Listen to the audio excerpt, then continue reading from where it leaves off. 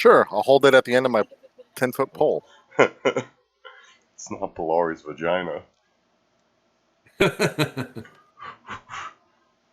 She probably gave everyone the plague. Yeah, no kidding, right? Probably.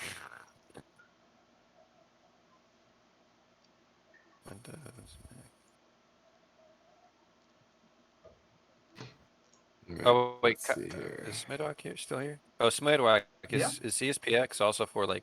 Does it have anything for iOS too?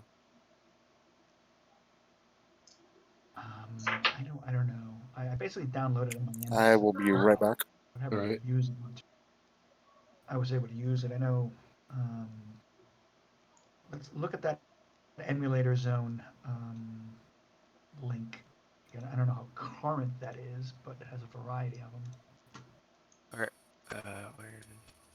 I imagine not, because I'm in the Mac and iOS is all right, let me see here. I got to put that right open there. source than something like Android.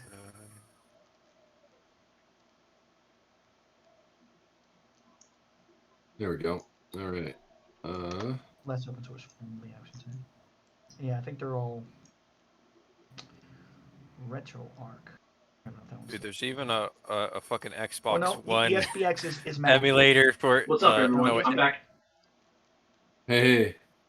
There's even like an Xbox, like you could play the PlayStation games on Xbox One. What the fuck? Yeah. Because look, a console is just a computer, right? No, So if you have the right enough hardware, you can virtualize any other computer on another computer, right? Yeah, you just set up a VM, right? Yeah. I mean, that's why you can run Windows on a Mac if you want by running an operating system. Yeah, virtual machine. Yeah, exactly. So, if you can, these emulators are basically exactly that. They're just limited virtual machines that are virtualizing the hardware software combo of an older, less powerful machine.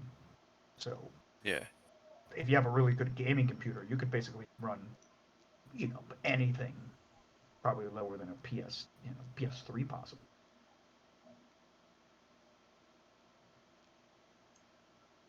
I mean, PS3 was picky because of the cell chip architecture, so that might not be so easy to emulate. But other systems are, Nintendo or even you. I mean, I know I could. What is it? Dolphin? I think. Hey, hello. Sorry, Nintendo disconnected. Emulator. Hey. All right. Let's see. Where's Silli? Okay, there's your guy, Silli. Oh, evil creature. Hey, Warren, do you know, are you still thinking that you'll have to figure it out when you get there about whether you'll be able to continue, or do you think you're not going to be able to continue? Well, I was telling these guys, so today, the 5th, the 12th, and the 26th, for sure we'll be able to play. Okay. And then I'll be out of the chute all the way until the probably middle part of November. So roughly end of November timeframe, I should have an idea of what the conditions are going to be like. So. Oh, cool. But between the beginning of October and the end of November, I'll be incommunicado because we'll be in validation in some camp somewhere, and then we'll be getting over there and figuring out what the living conditions. If it's anything like what I've been in the last 3 weeks, then we won't be playing. But if we end up being in a somewhat garrison style environment, then it's feasible. I'll just be 8 hours ahead, so we might just have an edit on the times, but I'll keep you guys in the loop. I should have some connectivity here and there, so I'll be able to keep you guys updated on Discord. What was the conditions that you were in before like? Say again? What was the conditions that you were in the past 3 weeks? Like, oh, I was out in the field living in a tent in like thunderstorms and rain and running around, playing army. So, but this is real mission stuff, so it's not just training. So hopefully we're going to be a little more garrison style environment. yeah. But we never know until we get on the ground. So we'll see. hopefully Kuwait's supposed to be more of a little bit of a kind of a garrison style environment. So, but yeah, I hope to. I'd like to because it'll Right, I'm back. help the time go by too. Yeah. All right, so did you see Belgrakas?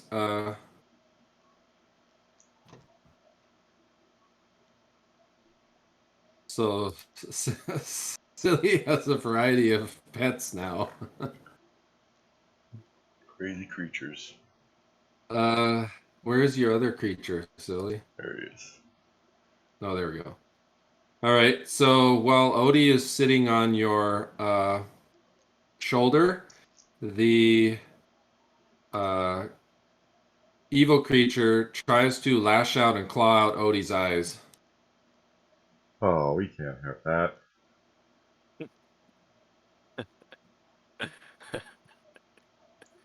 No, bunny. No. By the ear. Smack it. Get your belt. If you have a belt. I don't wear clothes. Oh, that's right. You have little bags and stuff, though, don't you? I do have a bag. Yeah. You'd have to have a belt or something to hold them on, unless you're just tying things to your horns. The thing kind of makes a strange, like, kind of cooing sound, and then every time he gets near to Odie, he reaches out and tries to claw or bite his face off. Okay. Odie, you can't hang out with the Death Bunny. Odie says, "That bunny is not natural." Oh yeah, he's definitely not natural. Why are you keeping him? I don't, because he likes me. The strange bunny-like creature does seem to be fairly docile while you hold it, other than when it gets near Odie.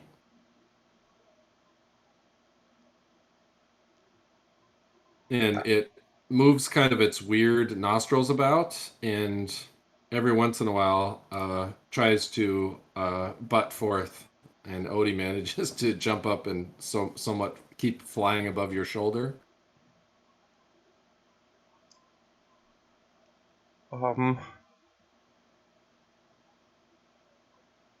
Hey guys.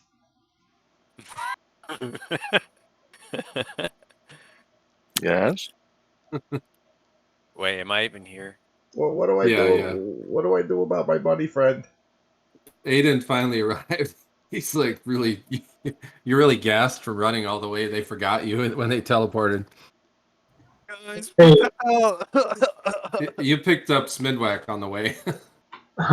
Something keeps happening with my internet. I'm not sure what's going on. You'll have to explain to Smyddwack what's happened over the course of the last like 4 or 5 sessions, just so he has an idea. Wow. We went to a thieving town in the Shieldlands, I think. Was Smyddwack there for that? He was. He went to yeah. see the Guardian with me. Oh, right. Yes. Okay. Oh, that's right. Yeah. So we finally got into the tower. Yeah. I remember. Finally that. got into the tower. Killed some stuff. Figured out what this troll generator thing is in the tower back by Greyhawk. And figured out what caused the curse. It was these slotty. So we tracked down the slotty, and I think you and Belgrakas have been trying to figure out how to operate this tower to move it, because we can move it. And in the meantime, we teleported everybody to Wick to deal with the slotty and the curse. We just killed the slotty and got the source of the curse, which is this evil bunny.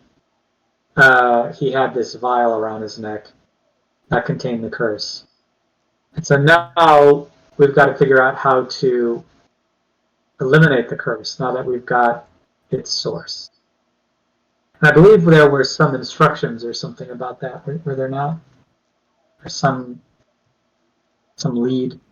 I thought we were gonna bring the plague to the guardian in that forest. Ah, yes, that might have been it.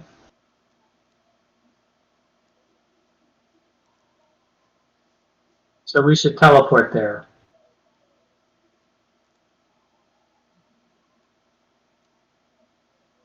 Right. Probably the easiest way to hurry up and get things done.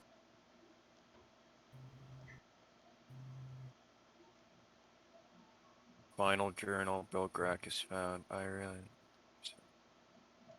There it is. Let's get to the magical chamber. Yada yada yada. I think I'll go north. Yada yada. It'll be good for this fever. Yada yada. I feel weak as late. Yeah, yeah. I barricaded the door down here. Blocked it. I hope they cannot breach. Found my arrow. Summoning circles. I have to tear them. Break. He cannot escape from the throne while he embarks on the moving tower. He can still place the tower in an undesirable location. I have to figure a way to sneak out here and make the crystal room. I am so weak. I hope my hair grows back of his that's covered in blood. Bum, bum. So there's the quick and dirty Smyddwack. Yeah, so Where's- Gotcha. we're gonna have to undo those summoning circles, right? Because I haven't done that yet. Where's And- Seto? Oh, Seto's here, right? Yep. I am. All right, sweet. Warrant, I haven't done that yet with the summoning circles, have I?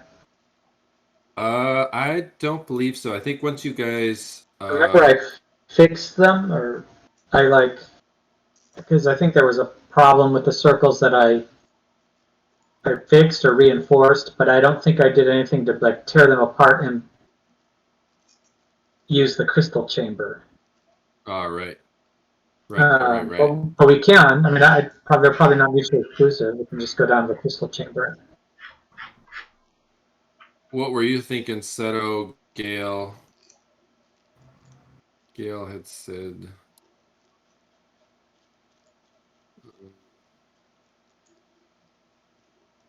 I think we should see about bringing the tower here, and we should start trying to work on the cure. And then I mentioned that that name that I was given that Silli might know, and might need the help of Belgrakas in order to find.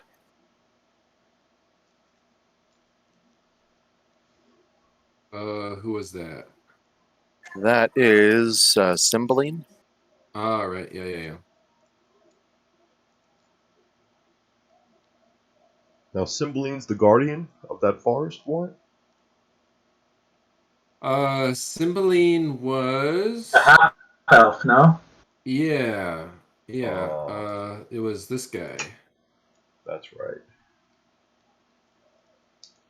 Now, is he still a person of interest for us?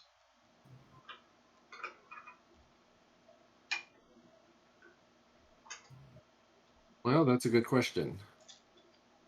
Cymbeline was the person that had given the lowdown on the perhaps lead to the tower in Rook Roost, but he was on his way to try discover some additional information when he sent you guys to the tower.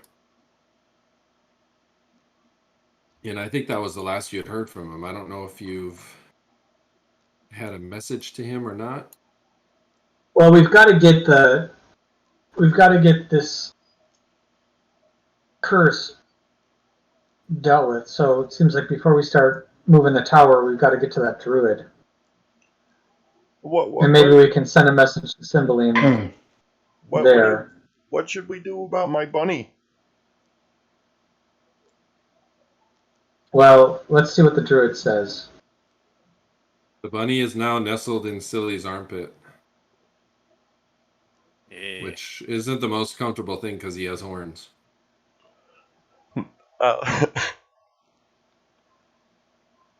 I'm gonna like. You both pet have it. horns. Yeah, I'm gonna pet it, and I'm gonna see if I can if it'll go in a bag, You know, like those Alrighty. annoying people that go shopping with their dog in like Yeah.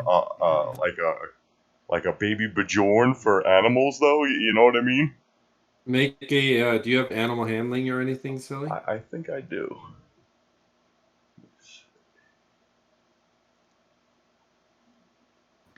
I have animal lore. Oh, okay. You could try and make an attempt there.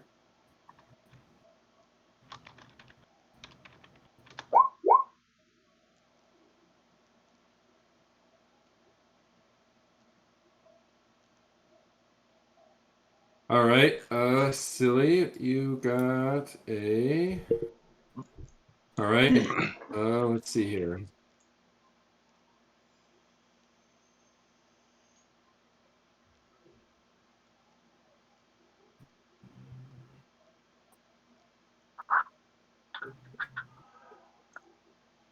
Okay, I will go against the grain. All right.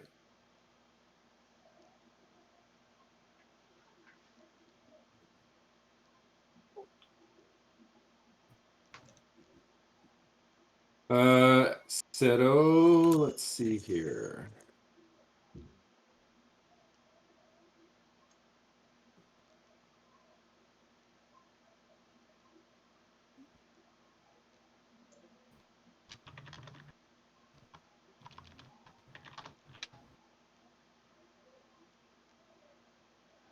Meanwhile, Aedan, you have your. Didn't you have a ritual? Yeah, I did. That gave me a new power. The power of Sizentak, the Abyssal Berserk, and the Abyssal Eye Bite. I haven't managed to use those yet. Oh, right, yes. The rabbit does have a strange affinity for you. It lets you pet it, but only backwards. Like backwards. Yeah, Okay. against the fur grain. Otherwise, it tries to sever a finger. Do I have the strength to rip off its head if it tries to do that? You could try, but it seems to be kind of nestled in and amongst Silly's horns.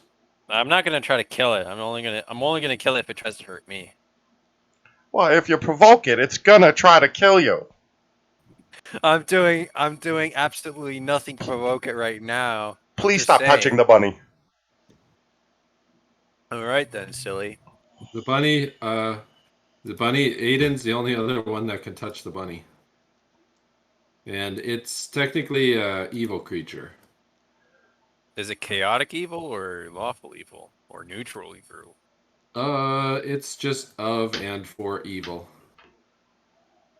Maybe I could use it as like my assassin rabbit.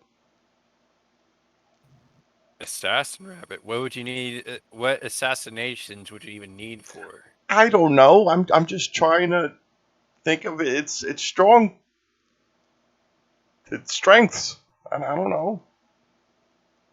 Like, how strong are these creatures?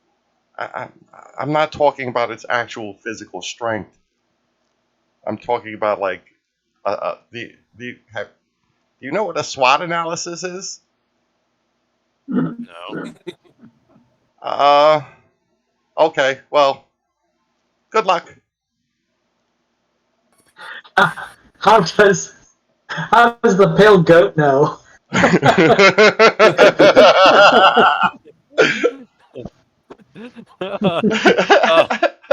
Oh, that's SWOT analysis.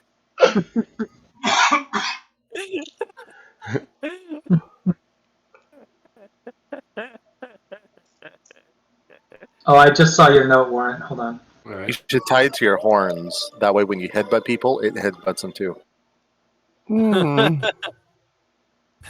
That picture at Smack fucking posted.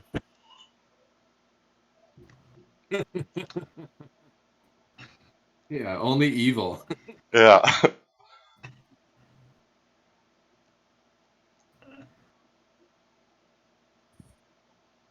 And all right, I gave Gale and Belgrakas a couple things. Okay, all right.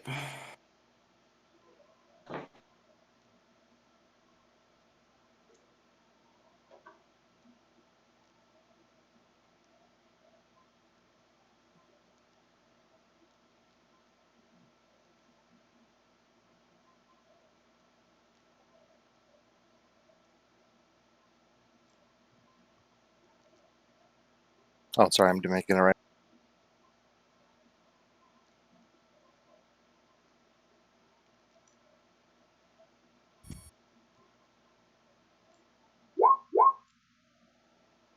All right. Let's see here. Oh, snap. Yeah, there we go. I passed both.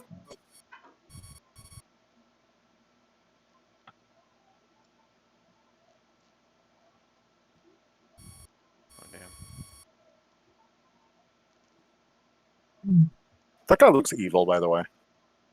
Hey, Warrant, I'm a little confused on what day it is and everything, because if it's the next day, then I can, prep spells and all that, so I can, like, contact Cymbeline. Yeah, you too. guys had finished the battle, and then Aedan showed up, and you guys were able to basically rest down along the river here. You didn't go into the village because of the plague. The plague is still moving through the village, but you guys are a little bit weak too. Yeah. Except for me. All My right. god is currently keeping me strong.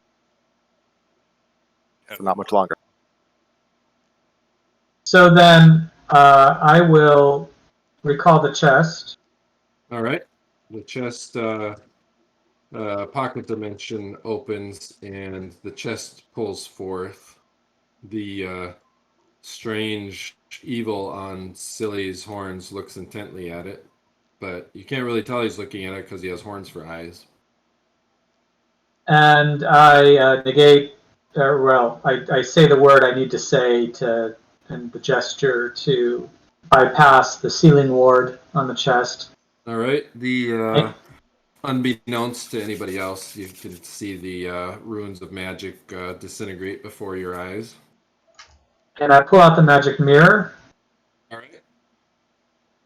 and I cast magic mirror Alrighty. on it, Okay. which is the equivalent, second edition, equivalent of scrying, and I scry Cymbeline. All right. So it takes you a little bit of time. You're sitting there in concentration, and as you do so, there's a couple, as you're making all your preparations, getting your spells all pulled together, both Seto and Gale are looking at this vial of evil. And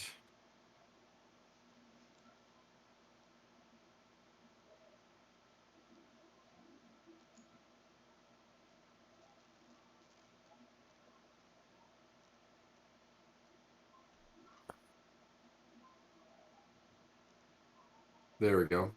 All right. So Belgrakas, that allows you to find or to communicate. To find, All right. and then I can. Me go to the map real quick so we can zoom into Cymbeline's position here.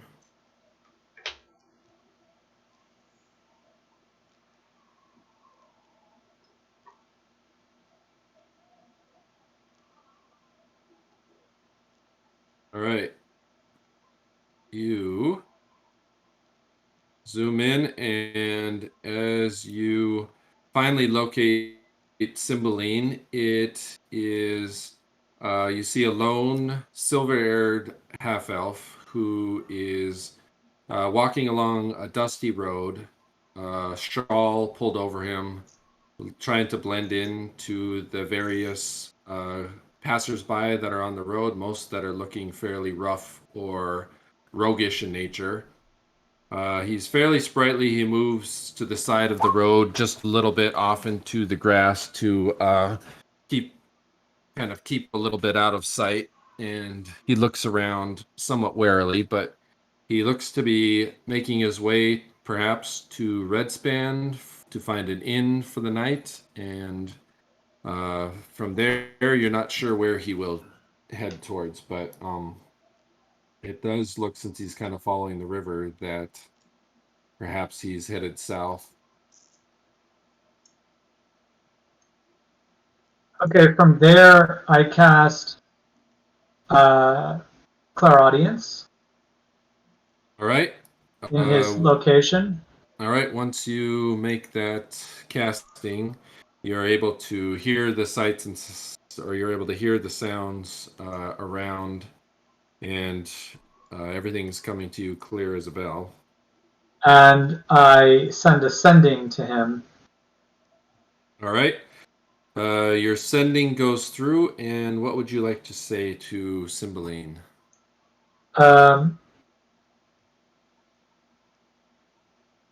We found the source of the plague.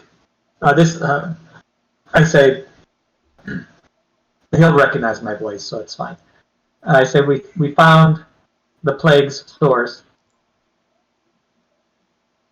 He says, Well, I'm not done. All Hold right. on. Because I can only say 25 words. Oh, okay.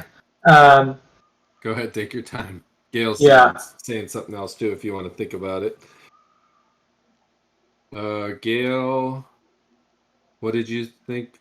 Silli and Alleseto? Teleport to the tower. Silly wants to find some grub.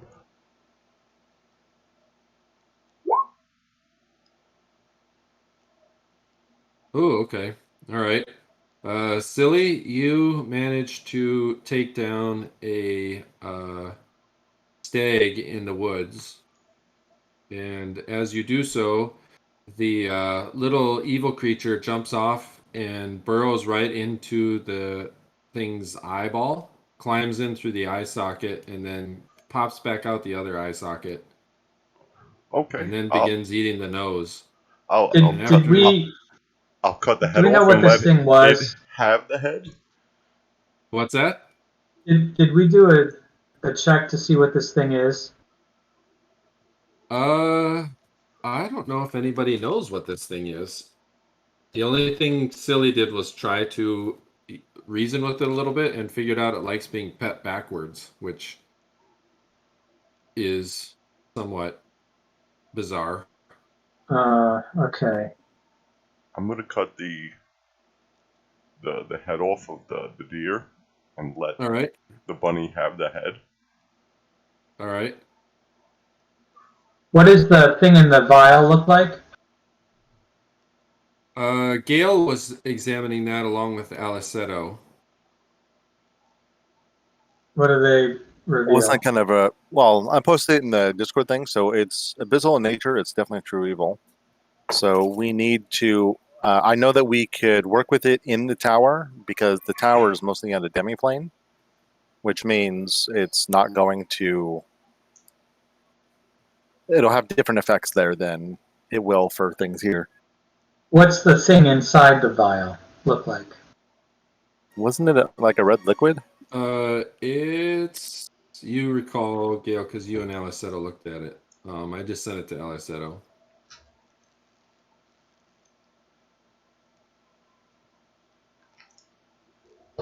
Alvin, what do you got? If I can remember. I'll see if I can find a picture here.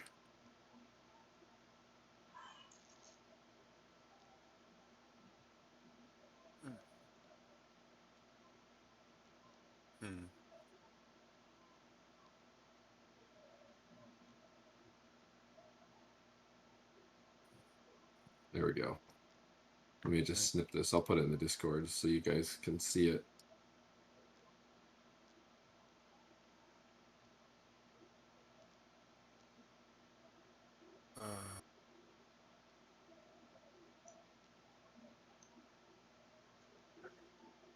Is that black? Yeah, it's kind of a blackish, brownish color, but it's got weird little things moving in. If you've ever seen the movie Prometheus, and if you remember that weird viral liquid, looks kind of similar to that.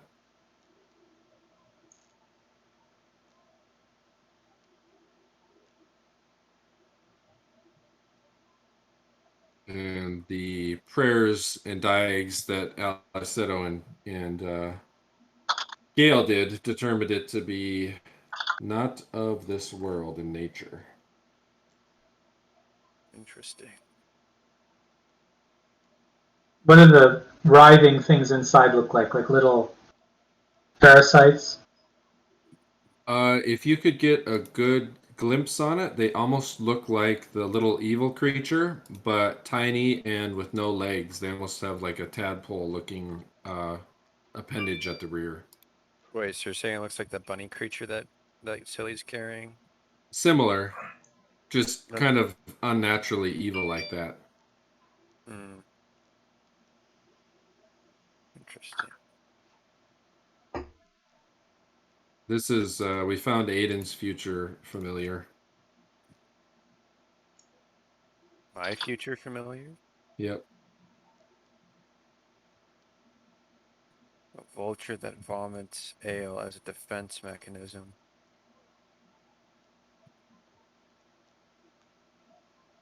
All right. Let's see. So, did you manage to make your decision on what you wanted to say to Cymbeline? Is that Belgrakas?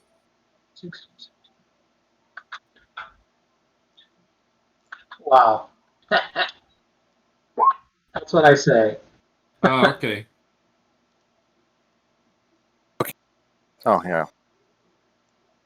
All right. The half elf stops a little bit surprised, and then he says, "Ah, so Yes, Alleseto. Eridian's tower. I shall turn around and make my way back. If you are able to meet me there, I do have some information that might prove useful. I had to trade a very high price to get this information and make a deal with a creature that is none too honorable. However, between you being able to capture the creature that started this whole thing and some of my dealings, we may be able to reconvene and come to the bottom of this." Great. Now, ordinarily, he could only say 25 words in response to, well, I could only hear 25 words in response to his sending, but because I He's on cast. clairaudience. Yes, exactly. Yeah. Okay. So he's just talking, and then he also goes on to say, "I'm going to have to make some arrangements in Redspan, but I shall hire a boat and make my way there. I should be there within a 2-day. Pray we have Okay. enough time." Let's see. Gale, did you make a successful herbalism? Oh, yes, you Yes, I did. did. All right. You know, Gale? I think I can communicate with him through, it acts as a crystal ball. Is it possible to communicate? Because I look at the spells you can cast through it, and one of them is tongues. And tongues just allows you to speak other languages. So, not necessarily comprehend them, right? You would be able to, or you could cast multiple sendings, or there's a couple other spells you can cast through there, isn't there? It's comprehend languages, read magic, tongues, and infravision. Detect magic, detect good or evil, and message. I could cast message. Yeah, message. And then he can just keep talking. Yeah, so I'll cast message and say, we'll meet you at the tower in 2 days' time. All right. He says that should give enough time. Have any of you become infected? Yes. Wait, am I infected with the disease? Aedan, you are. Smyddwack is not infected yet.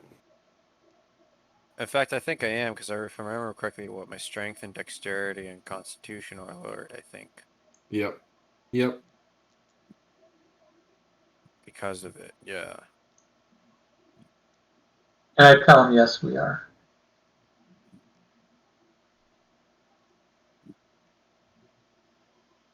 Also, Warren, like what you say, like the vulture that vomits is a defense mechanism. You said that was like my future, right, or something like that. Yes, that is a thing that came to you as part of your abyssal curse. So perhaps someday a you may find a boon companion. So I might find a vulture that just that helps me just by fucking vomiting. Hey, Like, wait. everybody likes having a shoulder vulture. Ask Silly. Silly's got all kinds of random Yes, pets. but I hope it doesn't vomit on me though. Master, I see something. Oh, So with Charlie doing a chant and then me using my cure disease, we might actually be able to reduce the effects of the plague on everyone. Just kind of stopping it, but we're gonna have to do it like each day. But we can at least keep it from progressing. well, right. Yeah, so Gale, Aedan's been researching his future familiar, and Silly and Smyddwack have been trying to train this evil creature. After it eats the eyeballs in the nose, Silly, despite your best efforts, it goes around the rear and then burrows right up the deer's rear end and devours everything in its intestinal tract. Oh, okay. Yeah, you can have that stuff too. Nobody wants to eat any of that. All right. And when it's finally all done, you feel some weird excrement on your head, and its excrement is like little baby teeth. Weird. I'm gonna collect them. All right. Yeah. They look like extremely small teeth. Like, have you ever seen the front teeth on a cat? Mm-hmm. It looks like those. Hey, Warrant. Apparently Belgrakas doesn't have message, so I would have just used a second sending spell. All right. What else did you say to him? What I said. I said we would Oh, meet him in 2 days' time, and we've been infected. Okay. All right. He says, well, hopefully now with you having caught that horrendous creature and the source of the plague, there could be, along with what I found out, there can be some ability to remedy this before it spreads beyond the confines of Wick. Okay, and then I guess the next day I'll reduce everybody and teleport them back to the tower. All right. What are you doing, Gale and Alleseto? Well, we might as well go ahead and between the two of us, kind of set everybody up so that the disease doesn't progress anymore. All right. Yeah. All right. So before we all scatter, we'll gather everybody together and we'll start on that. All And right. then I'll have to do a cure disease on everyone. Are you doing that in the village as well?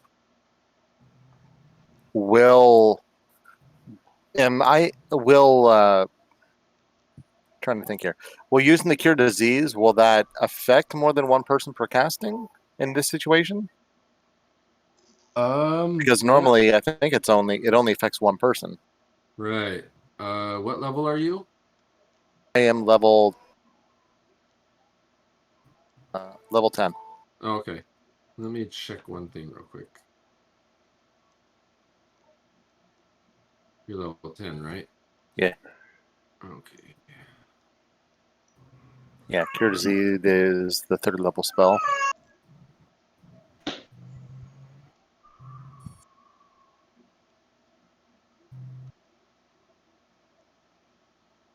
see here.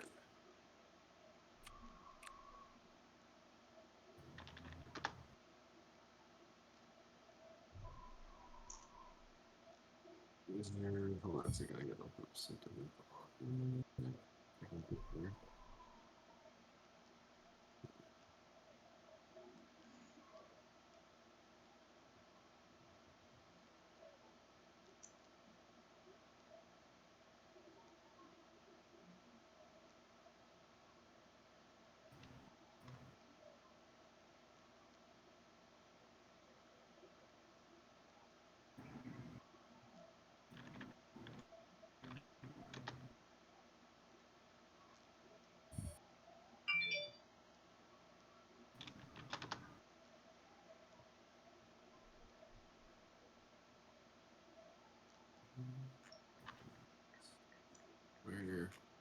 There's something I was looking up, but I can't.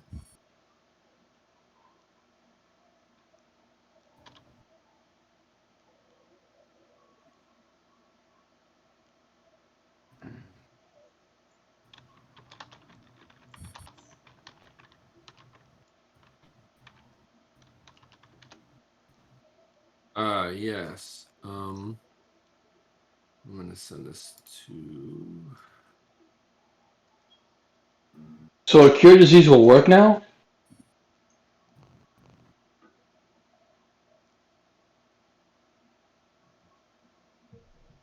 I think as like a band-aid.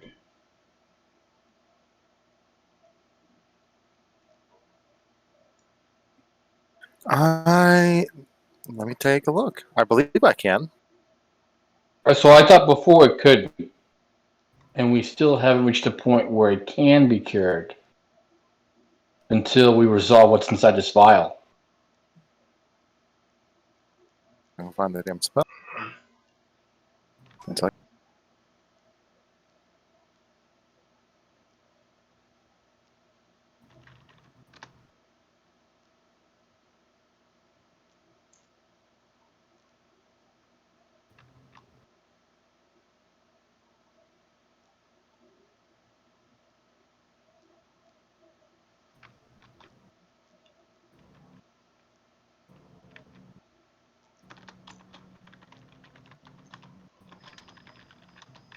That's level 6. It's a 6th level spell. Yep. Yeah, I can definitely cast that then. Oh, okay. All right. It could be in your future, Aedan. It all depends on choices. All right. What So what you book can is that one? That's Player's Handbook. Okay. Yeah.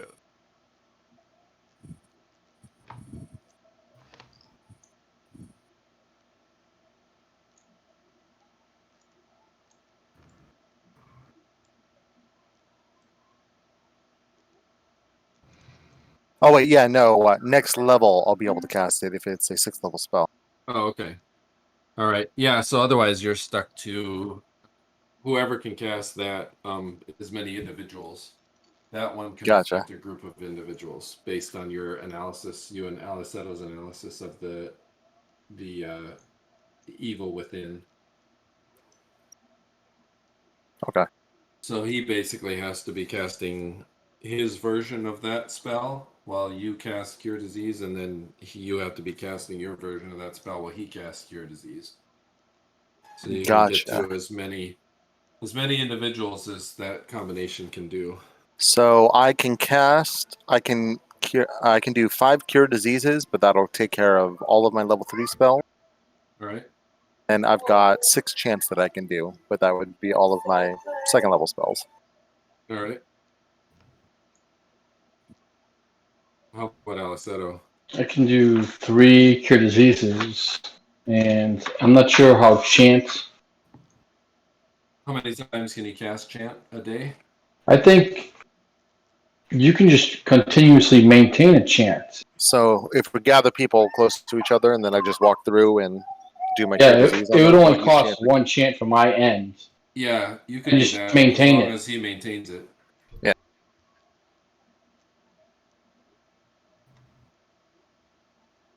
All right. So yeah, it's up to you guys what you want to do here. Belgrakas says I can reduce everybody and teleport us back to the tower. But after you determine what you can do to help us all with the plague effects.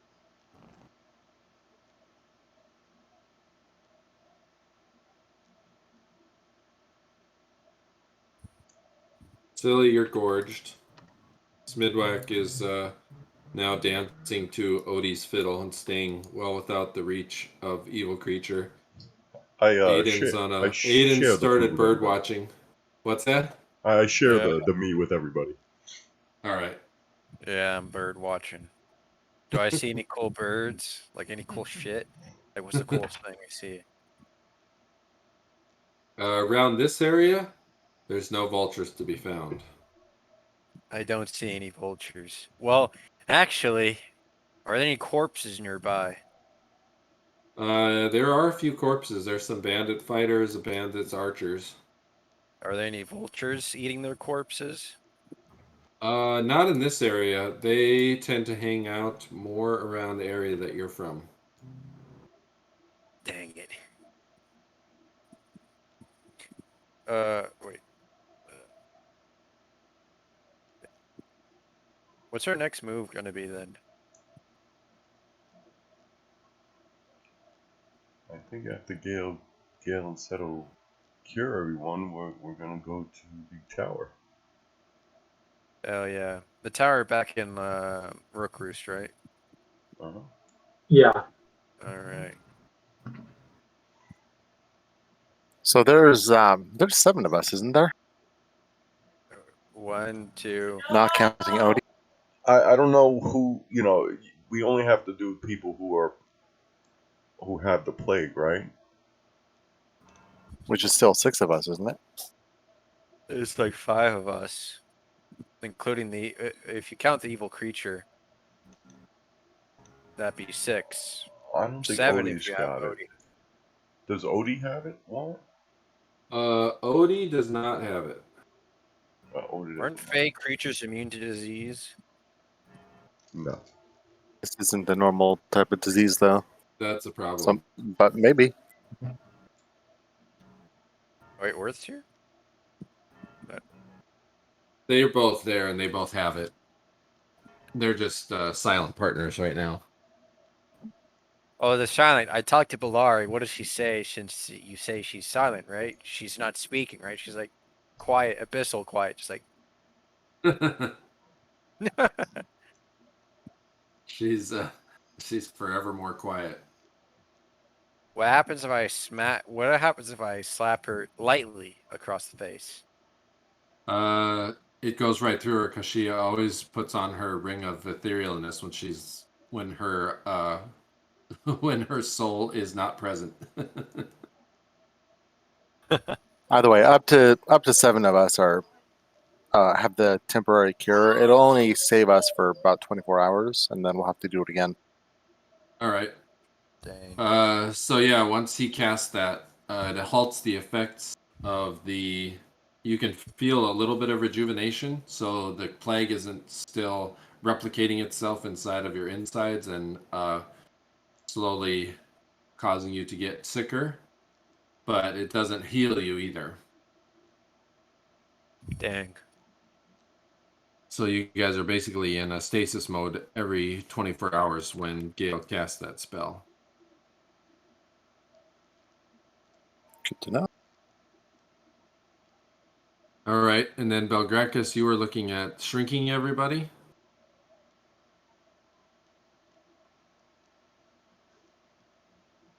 I shrink. Oh yeah, for teleporting, right? Yeah. To reduce her weight. Because what does that bring you down to?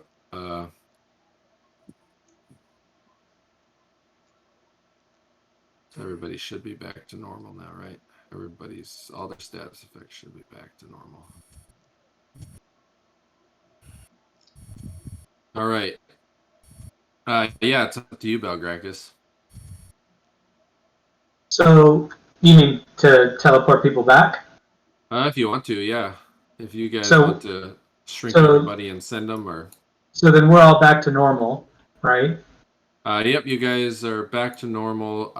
You've got a 24-hour reprieve from the plague until the next day, and then he could cast it again. So basically, because him and Seto studied while you were doing your magic mirror, the little vial that evil creature was carrying, he was able to discern a way that he can put a stasis basically on the people that have it with cure disease in the presence of chant. Okay. So I Does that will mean- cast reduction. I'm sorry. Say that again. Go ahead. Does that mean we get our 5 hit points we lost back? No, temporarily? you don't lose any. No, but you don't. The plague doesn't progress. Okay, cool. Gotcha. Yeah, so you're stasis where you are. If he doesn't cast it, then we start rolling some other things. No. Got it. Yeah. So Belgrakas tells everybody to gather around as he puts the mirror in the chest and speaks the magic words to send the chest back. All right, chest goes back into its pocket dimension. Recast Ethereal anew. plane. Yeah, recast anew. Astral plane, I believe. So it goes to resets. Oh, you got And ethereal plane or astral plane? thought it was astral. You said ethereal. You're probably right. Let me just double check it. I don't quite recall. Leon goes to the ethereal plane. You're correct. Oh, ethereal plane. Okay. Yep. All right. So then he gets everybody to gather around and he kind of says "Reducto," and he reduces everybody. All right. How big is Smyddwack after he's reduced? 200% smaller. Damn. It's probably like a 1/12 of an inch. Yeah, I'm like 3'3", 80 pounds. Would that make him at like desk sized or some shit? Like, no, that's smaller. Desk sized is even smaller than that. Right? Would I? 200% smaller, so he's what, a quarter of his normal scale? What is 200% smaller? I mean, How would that work? yeah. Well, if he was That's- 100% smaller, he'd be half scale. Yeah, 200% yeah, should half be a quarter half. scale, right? Yeah, he'd be quarter scale then, I guess. So All right. So like Odie's 40, so now. like 10 inches tall. 20 pounds. Odie's probably the size of a cockroach.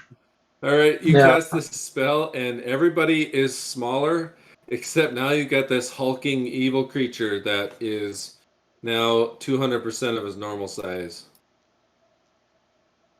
And it's sitting on top of Silli, and then it reaches up its back foot and scratches behind its weird horns, and doesn't seem to know the difference. Silli, you're now underneath evil creature. Can I ride evil creature? Make a animal lore, or do you have you don't have animal handling, do you? Or riding? No, no, I don't have riding. I have hunting, survival. We got animal training if I can help him. Okay, you could make a check, Gale. All right. Oh, I thought I failed for a second. Yeah, I thought I All did right. too. All right, you guys see underneath this thing, it's got a weird backwards facing pouch. The opening of the pouch is right where those little teeth expelled. I want to reach in and see what's in there. All right, Oh, man. you could ride Actually- inside of it. Actually, I could for ride inside. clarification, Okay. the creature or object loses 10% of its original size for every level of the caster to a minimum of 10% of the original size. Thereafter, the size shrinks by 1 foot increments to less than 1 foot, by 1 inch increments to 1 inch, and then by 1/10 increments to a minimum of 1/10 of an inch. Oh, okay. So it All looks like, since I'm 11th level, at 9th level, they'll be 10% of their original size. So then they will shrink by 1 foot increments until they're less than 1 foot, All right. and by 1 inch increments. So there's just 2 size increments that'll go down after 9 because I'm 11th level. So All right.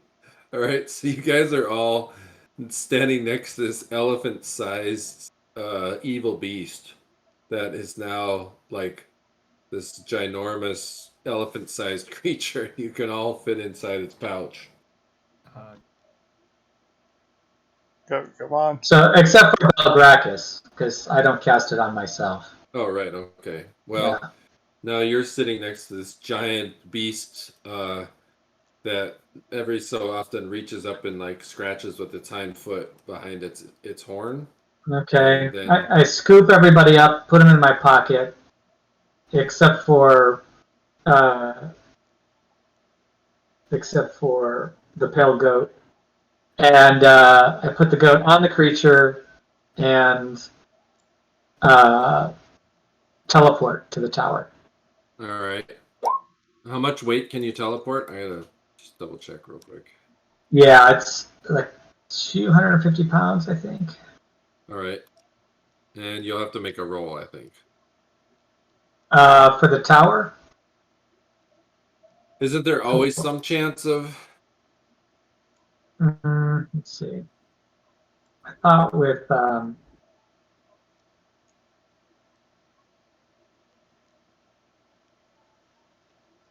Odie's tiny now.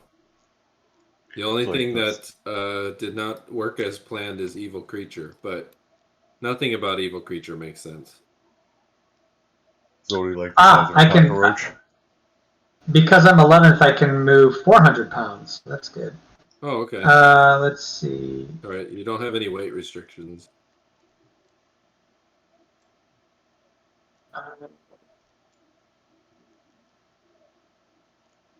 What does enlarge do? It increases by how much percent? Up to 200%. Oh, okay.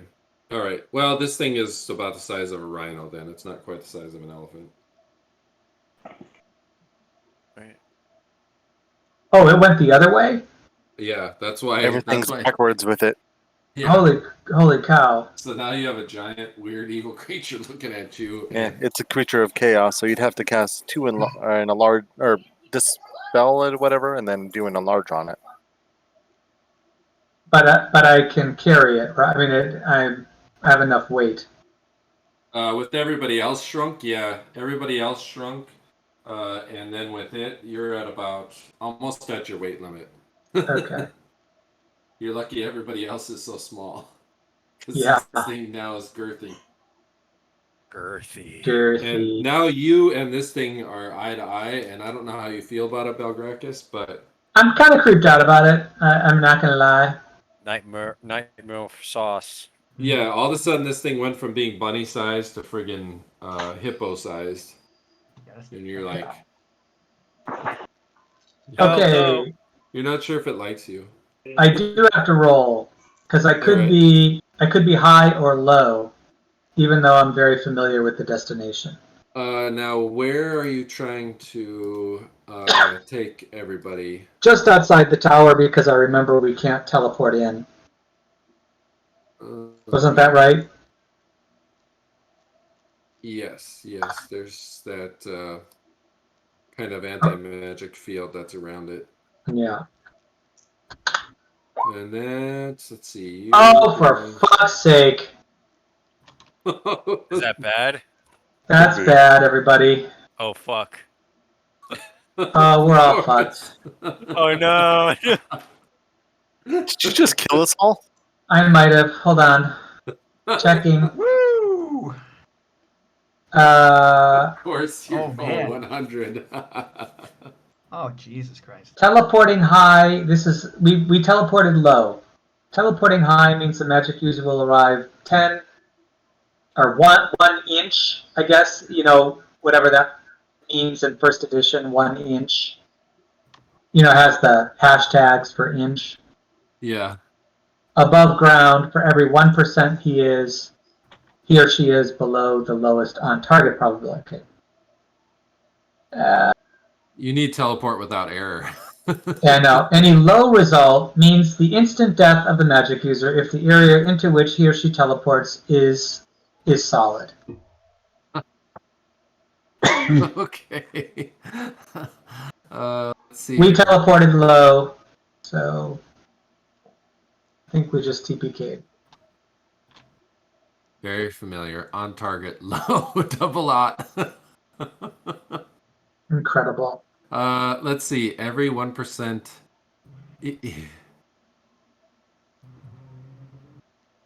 Wow. Can I pray to my god for help? Let's see here. The only All right. Well, the only people I guess that didn't teleport are Orth and Belari. Yes. So, Yeah. all right. So everybody is now. Everybody took a one-way. I mean, I guess one thing that I could have done, I'll have to ask you. Hold on. You should. Is that deck? Is that deck outside of the bedroom?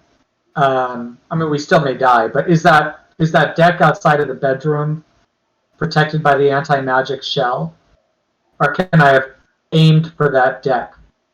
Because it's easier to get in there. Because if I aim for that deck, we're still below it, and we'll still fall and take falling damage, but we won't be underground in solid we rock. won't be underground and like instant dead. Yeah, And there's those tunnels that go underneath as well, so we might still have a chance. Yeah. Who dug the tunnels? There were some natural tunnels down below, and then also I dug. Or not natural, but... Oh, you did stone shape, didn't you? Yeah. All right. You know what? Let us... Oh, that's right, because you guys stone shaped a tunnel from the Mages Guild to this area, didn't you? Yes, we did. All right. Yeah, and came up underneath in these flagstones. And that would have been right under the deck. I'll tell you what. Why don't you roll a... Let's see here. Who dug the tunnels? Was it Alleseto or was it Gale? I think it was both of us, actually. We were both doing castings, but I know for a fact that I did. Yeah, didn't you and Orth like pop up from the ground? Mm-hmm. Yeah. And so now you shot yourself below. So there's a chance you... I'll tell you what. Why don't you roll a die 100 there, Belgrakas? And you were looking for... you need lower than 92. Okay. And can I make a Tactics of Magic spell or check to kind of help that out? Let's see. No, you would have had to do that earlier. Okay. Okay, here goes nothing, guys. Oh, for fuck's sake! Okay, I don't know how to help you. I don't know how to help you. All right. Jesus Christ. If we did try that other place. If you did, yeah. Everybody teleports, and you're about 8 feet shy of the tunnel zone as you smash into solid rock. Everybody. I don't know what to tell you. There's this bone crunching horror. And the bunny had the plague. Except the only thing that happens opposite is that Silli, who is inside of the rabbit. Wait! The magic works the opposite for the bunny. Yeah. We're all together, so. Well, the bunny went one way and you guys went the other. Or was a totally obscure failure the only way we would have succeeded? No, Silli, here's what's happening to you. You all of a sudden you get this weird sense of vertigo, and then there's this weird kind of screeching sound, and you realize that is the sound of the bunny as it falls to the ground, and you take... Oh, let's see here. Oh, hi, where are you? Oh, no. So one, let me throw something out at you. So it's one spell, and we're all being teleported together. If, had I succeeded, I suppose the bunny's magic could have interfered with the spell to make it a failure. But since I Possibly. failed, could the bunny's magic have interfered with the spell to make it succeed? Well, No. it kind of pulled a little bit of a because once the teleport calculation went awry, there was all kinds of random effects. So, Silly, you take. Let's see here.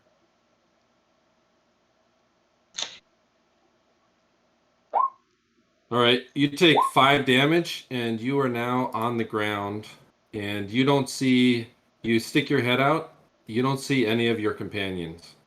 Hello?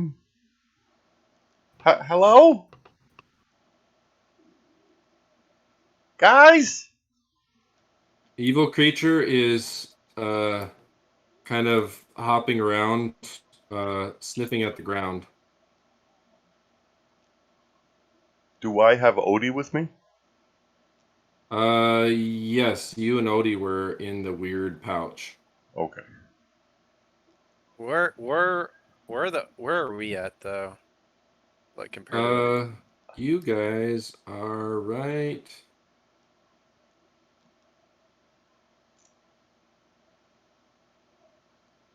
You guys are right here. Hold on a second, I'll show you where you are right here.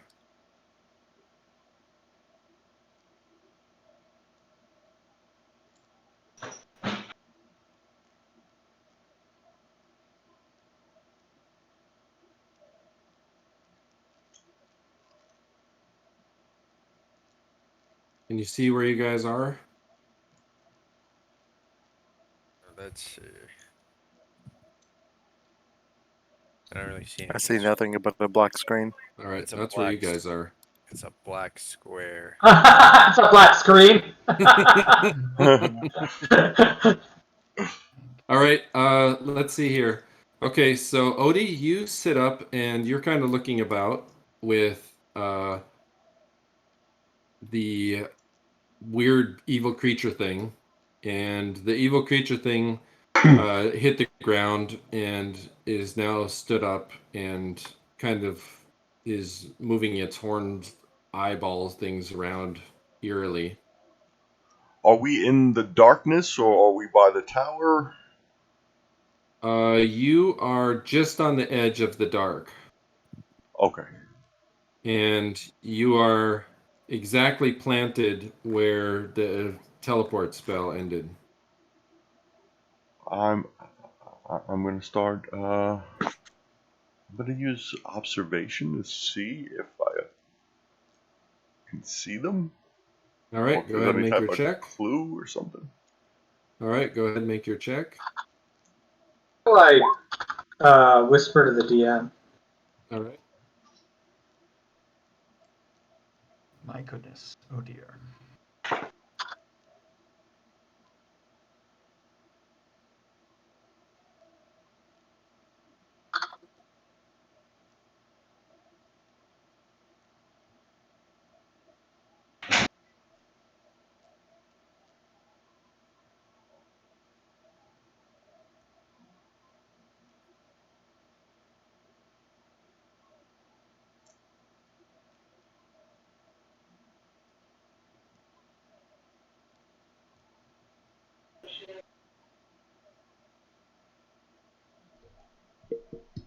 Um,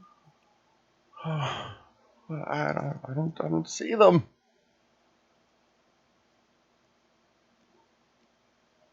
Maybe.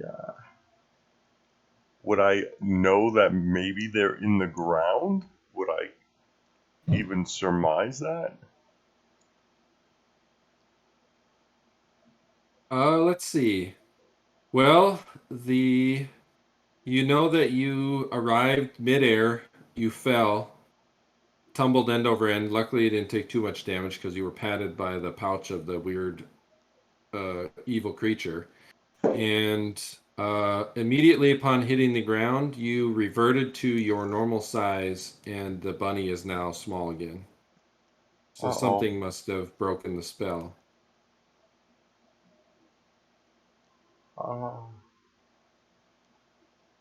So how far did I fall? Can I guess that?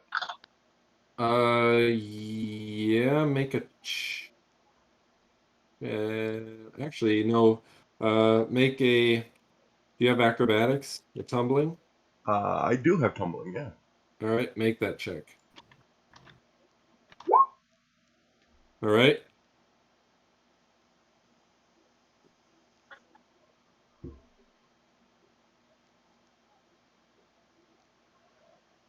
Okay.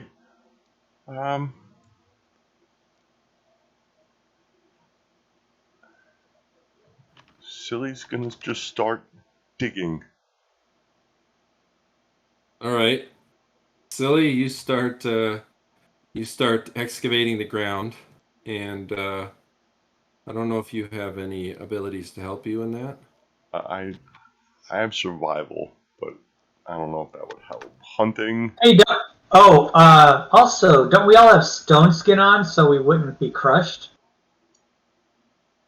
Oh, would that help? We're just trapped. Maybe we're just You trapped guys are until just we run out of breath. He's suffocating. Yeah. We still have no air. That's a hard one. It just says instant death. Let's see what Silly uncovers here.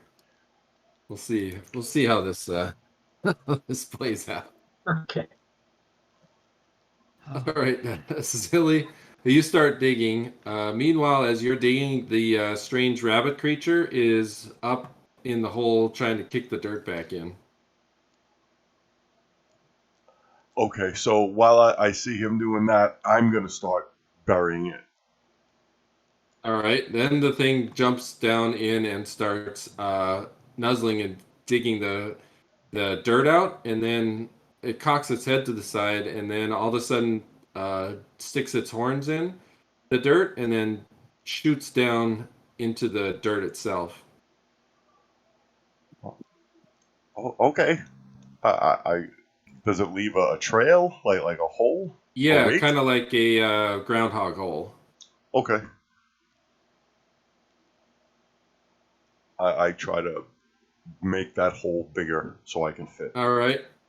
You start digging in after it, and as you guys go on for a while, all of a sudden you hear kind of a gleeful squeak that sounds like a piano chord being hit the wrong way off key, and then the creature all of a sudden looks back at you with a face that's smeared with blood. Oh, okay. So stop. Come here.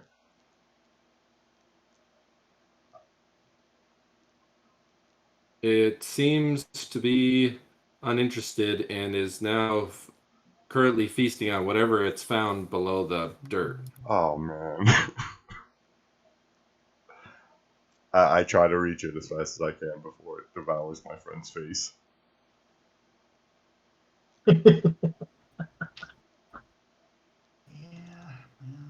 Oh, Yeah. It's, Oh, Odie, every time you reach... play some music. What should I play? Play something crazy. I don't Fiddle know if off this key. thing likes music. Fiddle off key. All right. Does he have musical instrument? You'll have to make his check. Yeah, he does. Play the opposite of a lullaby. Nightmare.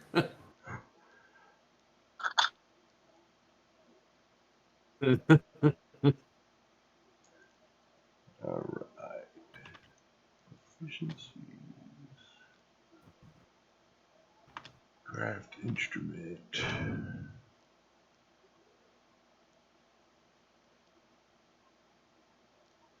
Sing.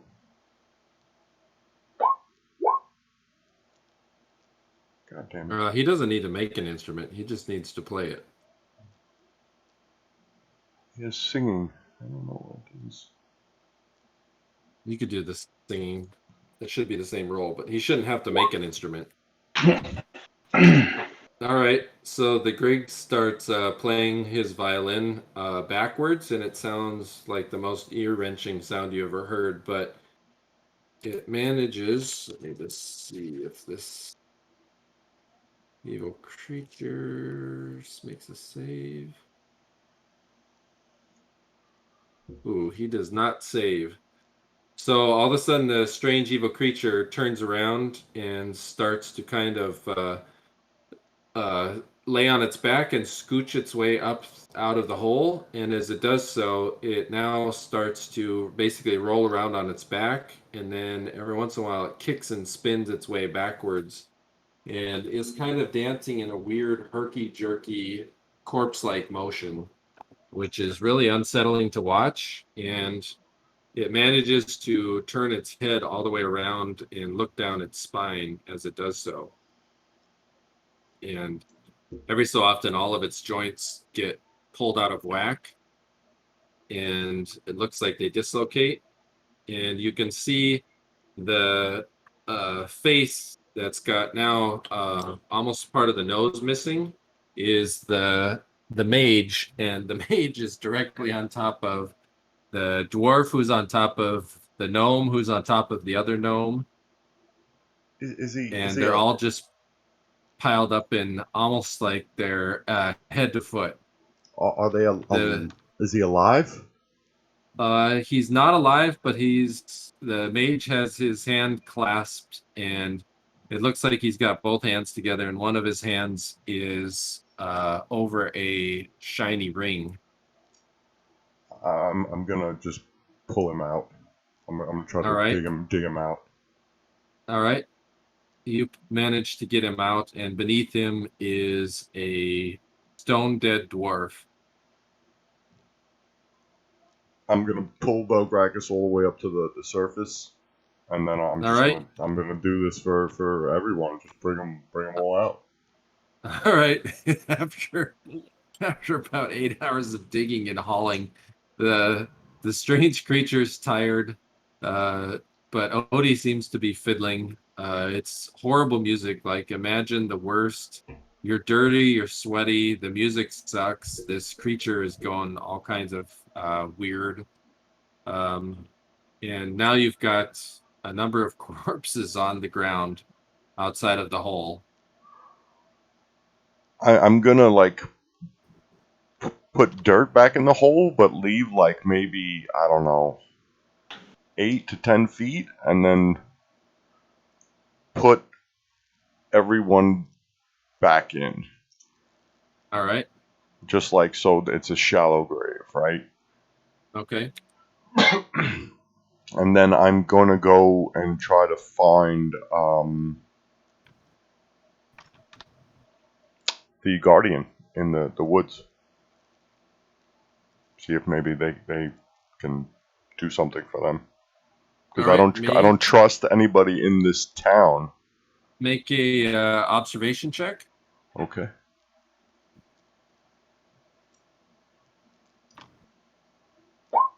Nope. All right. Odie? I don't know if Let's see Odie's got here. that. Yeah, he does. Can I make it with Odie? Sure. Nope. All right. You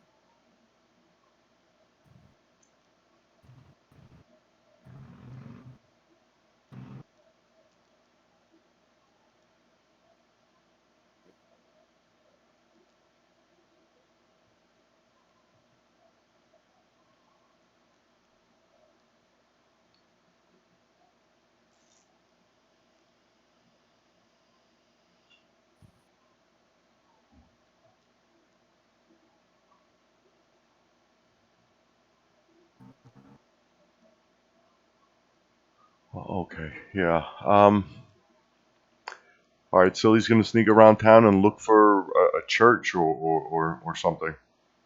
All right.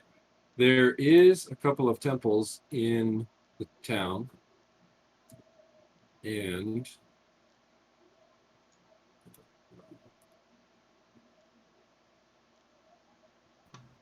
once you start moving your way through the town, first of all, what did you do last time you were in this town? I was invisible, so I think I'm just gonna try to stealth the entire time I'm in this town. Go from like alleyway to alleyway, shadow to shadow. You know. All right. Go ahead and make hide in shadows. Okay.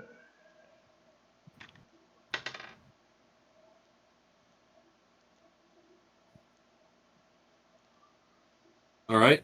So you're kind of making your way throughout the city, and eventually you kind of start to follow some of the people around, and eventually you get a view of some half-orcish looking creatures, and they look to be dressed similar to the types that you had fought down in the depths of the ruins of Greyhawk.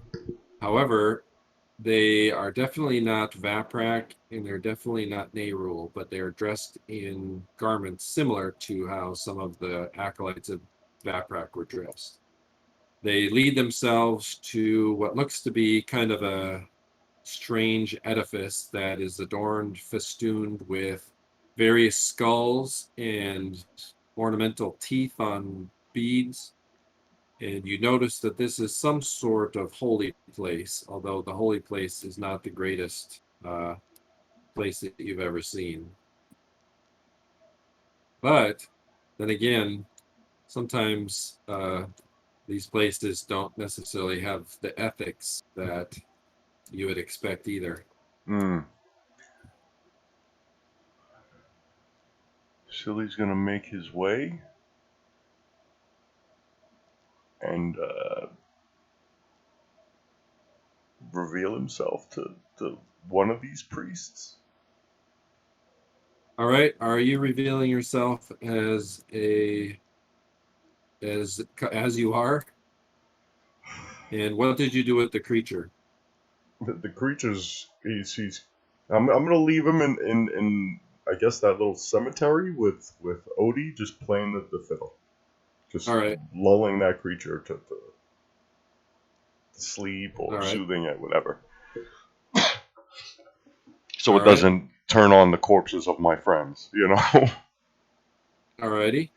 And I don't have any disguises, so I'm just gonna show me. All right, as you reveal yourselves, the seemingly Orkai shaman that's in the supposedly worship area of the sanctuary kind of snorts and then points, and some of the acolyte juniors start looking and kind of guffawing, and they make themselves start to look threatening, and they kind of point and say something in half orcish that sounds like, "Hey, go beat the little creature up. Looks tasty." I don't have time for this. Orc guys, I don't want to fight. I want to hire you. The one walks over and looks at you. He towers over you. The forest creature says what? Hire? Hire for what? I have a friend of mine that I need brought back to life. He died very recent, so time is of the essence. Hmm. Ah, well, you want to bring something back to life in a temple of Grumsh. What do you know of Grumsh? I know your deity is very very strong and powerful. Obviously, from you all are very strong and powerful. Make a charisma check. Oh shit! All right, here we go.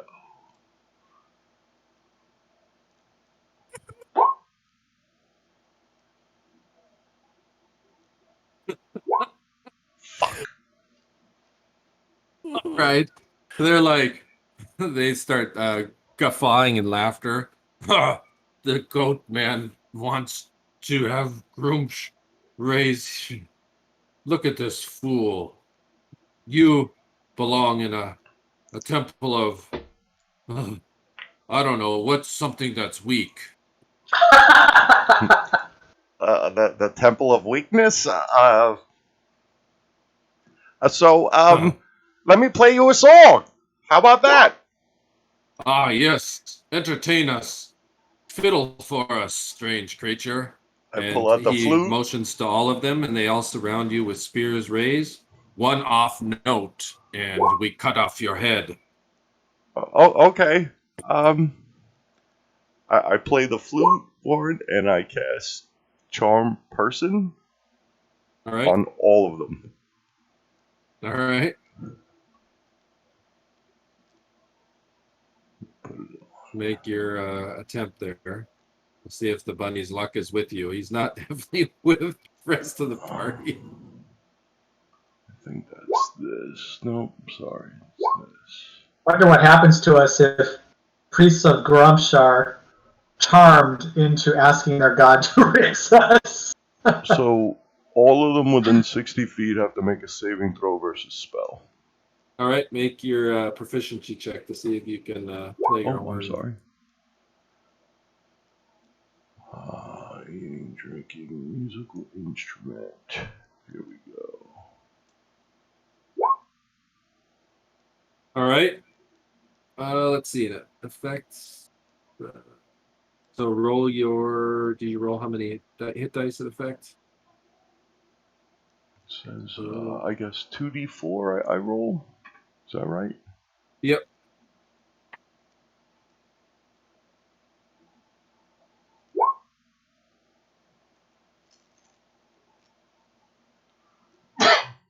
All right. Let's see here. So.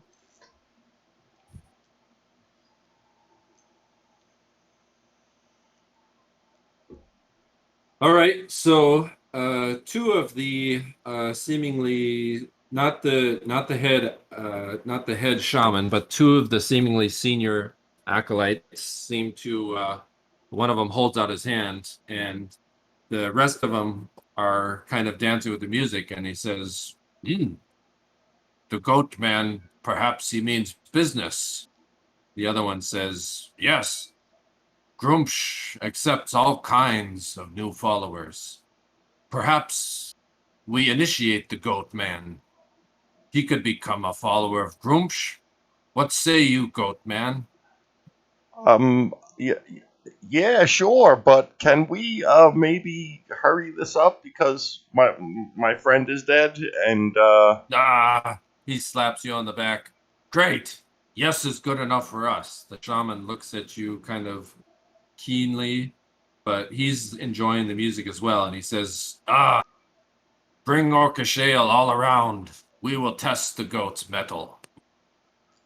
So they all go, and they go bring out these massive casks of orcish ale, and they fill up this strange horn of this orcish ale and thrust it into your face, Silly. Now, drink. oh, Okay. You take a sip and spit it out all over. And the head shaman looks at you horrified. Fool! No one spits out the mead of Grumsh and lives to tell about it.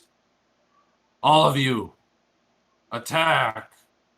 Luckily, your two acolyte friends managed to put their spears up and trip the others as you were being chased out of the Temple of Grumsh.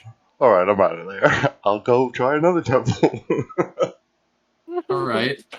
Make a hide in shadows. Okay. And you have a minus 15 because now you smell like orcish ale. I can do that.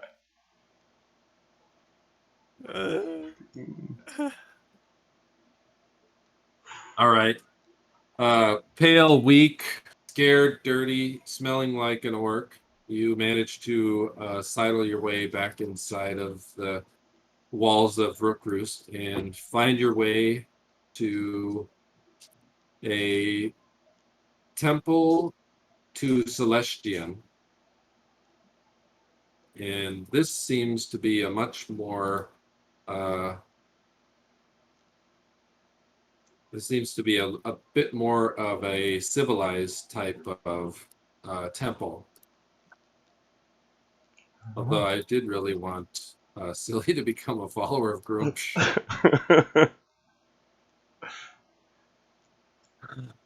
He would become a follower of anybody to save one of them, you know? Well, I'm kind of glad he didn't because I'm pretty sure that I would have to kill him. Yeah, welcome back. I'm a follower of Grooves. Hail Grooves. Oh, thank you for bringing me back. Slam. I was already picturing if those things resurrected us. Oh, thank you for the res. You're gonna die now. As It you would've make been your glorious. way into the temple, muddy, covered in goop, smelling of horror, you see a tall, lean man, middling years, wearing black garments, and he's festooned with various types of bespoke jewels. And he speaks and says, "Welcome to the Temple of Celestian. Come, So, tell me, are you a wanderer?" yeah, I'm a wanderer. I have a friend of mine. He's dead. Can you bring him back to life? Can somebody here? Ah, he's on the final journey. Why would you seek to take him from his wandering journey to the beyond?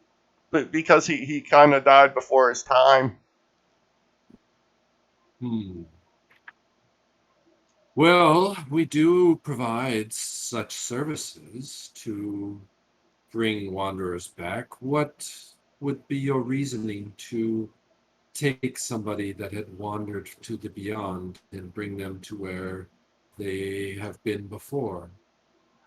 But because he's a really really devout follower of his god, and he has much work he has to finish. Hmm.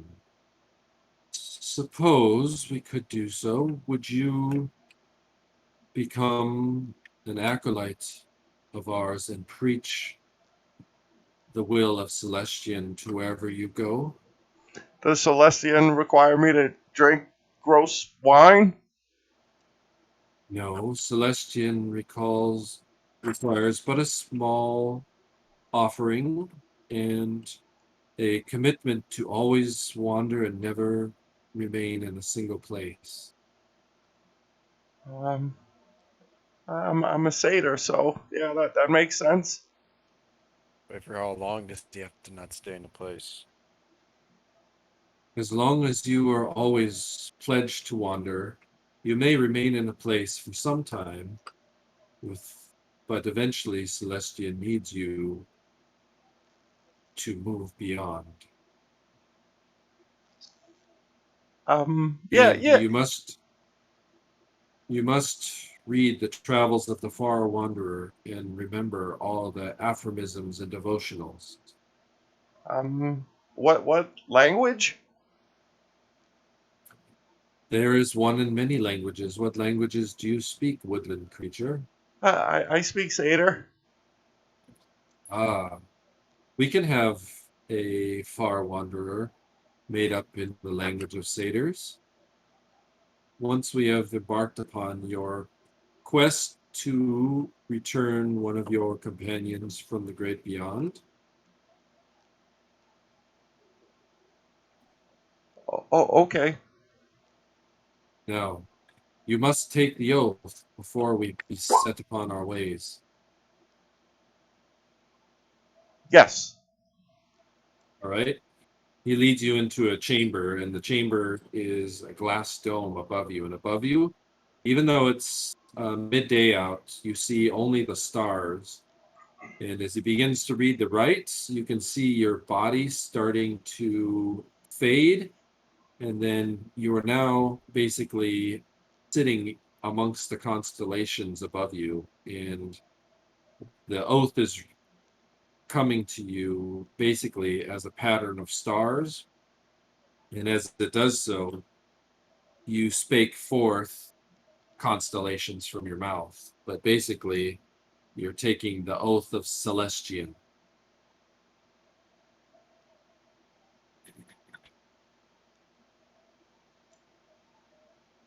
Make Actually, you don't have to make anything. You just have to make an oath. Okay, yeah. I'm your traveler, Celestia.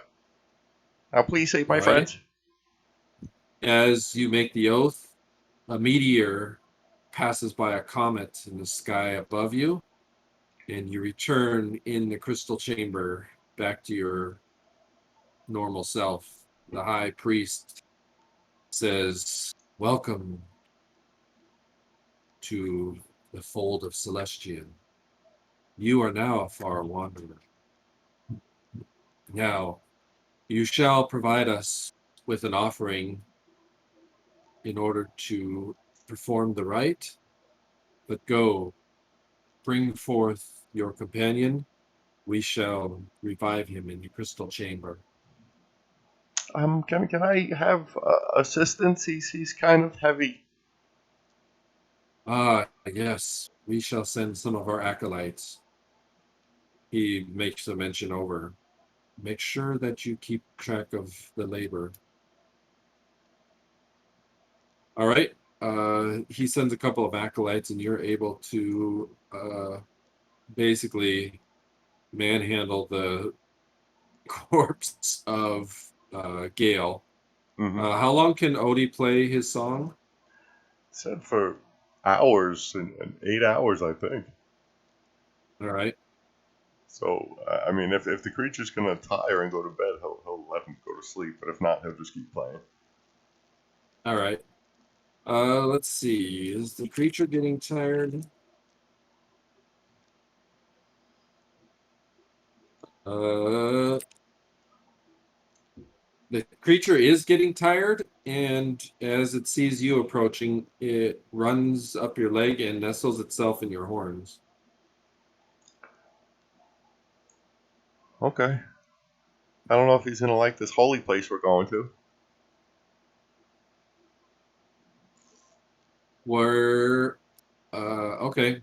All right. You are headed back now to your temple. Yeah. All right.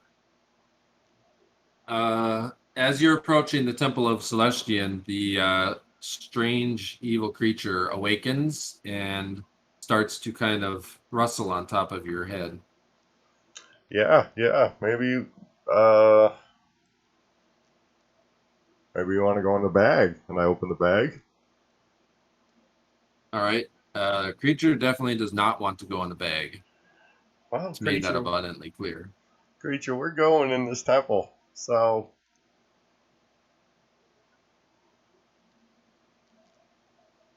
I just step in. All right. You step in, and the creature all of a sudden goes wild. It starts running all over the temple, clawing at the feet of the acolytes, screeching this howling, and the head priest says, "Fool, what demon have you brought upon us?" You Uh, fool! uh, you kill it. You can kill it. It's it The followed me. priest makes a symbol in the air and speaks a word, and all of a sudden the little creature is flung out of the temple, and it runs headlong towards the door, but reaches an impenetrable force field. But the head priest looks at you and says, "I call upon the power of Celestian. You are excommunicado. Get out." What are you gonna save my friend? He eyeballs you with a look of pure fury and righteous indignation and says, "You would bring a creature of the abyss into a holy place? You are excommunicado. Now, be out of here before I call the guards. Go to Oh, a place like Grumsh, they'll have you." okay. I'm sorry. All right. So, Silly, you've tried to become two converts today. Well, that's got to be another temple around this place somewhere, right? Odie, Make an observation check.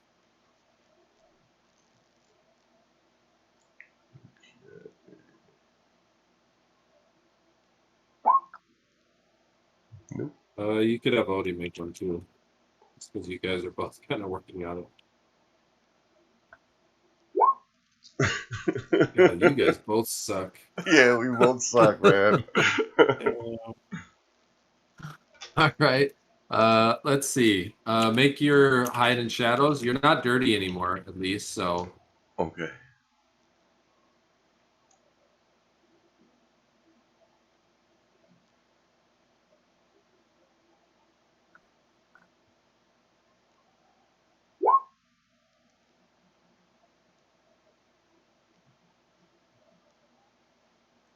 all right.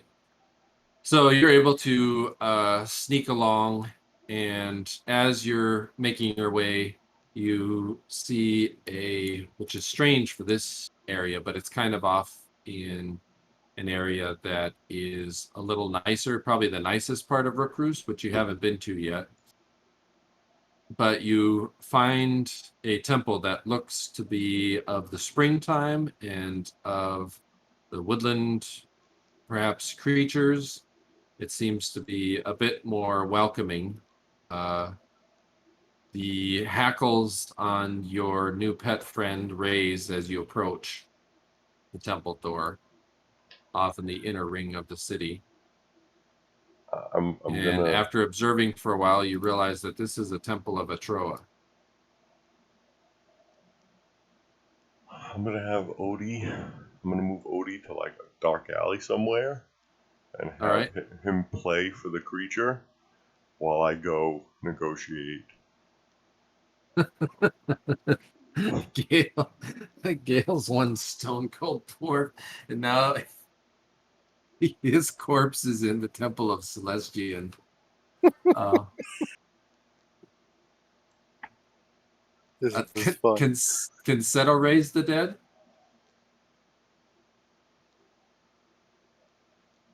Or convince somebody else to come in and raise. Ah, yes. All right. Oh no, Seto's not there yet. All right. So you cross the threshold of the doors after getting Odie to play for the strange creature again. And he's playing at a discordant lullaby, so the creature starts to fall asleep. And Odie kind of dances around and looks at you forlornly because even he's starting to get exhausted, especially playing discordant music. Sorry, buddy. As you enter, you see looks like the priestess there is kind of a huntress that is carrying a bow, and she's blonde with long hair, and she also has a bird perched upon her shoulder. And you can see in the center of the temple there is a strong, tall woman that also has a bird on the shoulder. And her holy symbol is a spherical glass ball, basically. She says, "Ah, creature of the forest, please seek shelter here and enter." Okay. I'm really not here for shelter though. One of my friends had passed away. Oh, he has taken the final wind song to the beast lands beyond, has he? Yeah, but his song should still be playing because he's got a lot of work he's still got to do. Ah, sing to me the story. Sing to me of your troubles. Oh fuck! Don't botch this one. Oh man, come on, Silly, you got this, motherfucker. Silly doesn't have singing, but he does have dancing. So All right. he'll play music. He'll use his musical instrument and play a song. All right. Oh, All thank right. God. All right. You start playing a sad, forlorn song with crescendos as you regale, make a dancing check because you're going to have to do interpretive dance. Okay.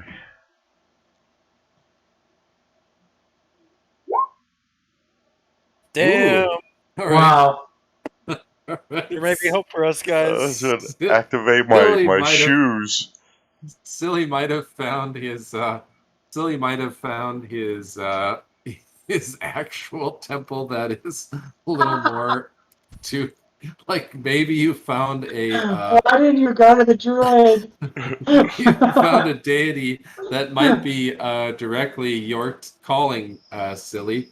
So as you perform your interpretive dance, the priestess is so enthralled that she agrees to take you in as an acolyte, assuming you give the oath, and raise your friend for the paltry sum of roll a die 20.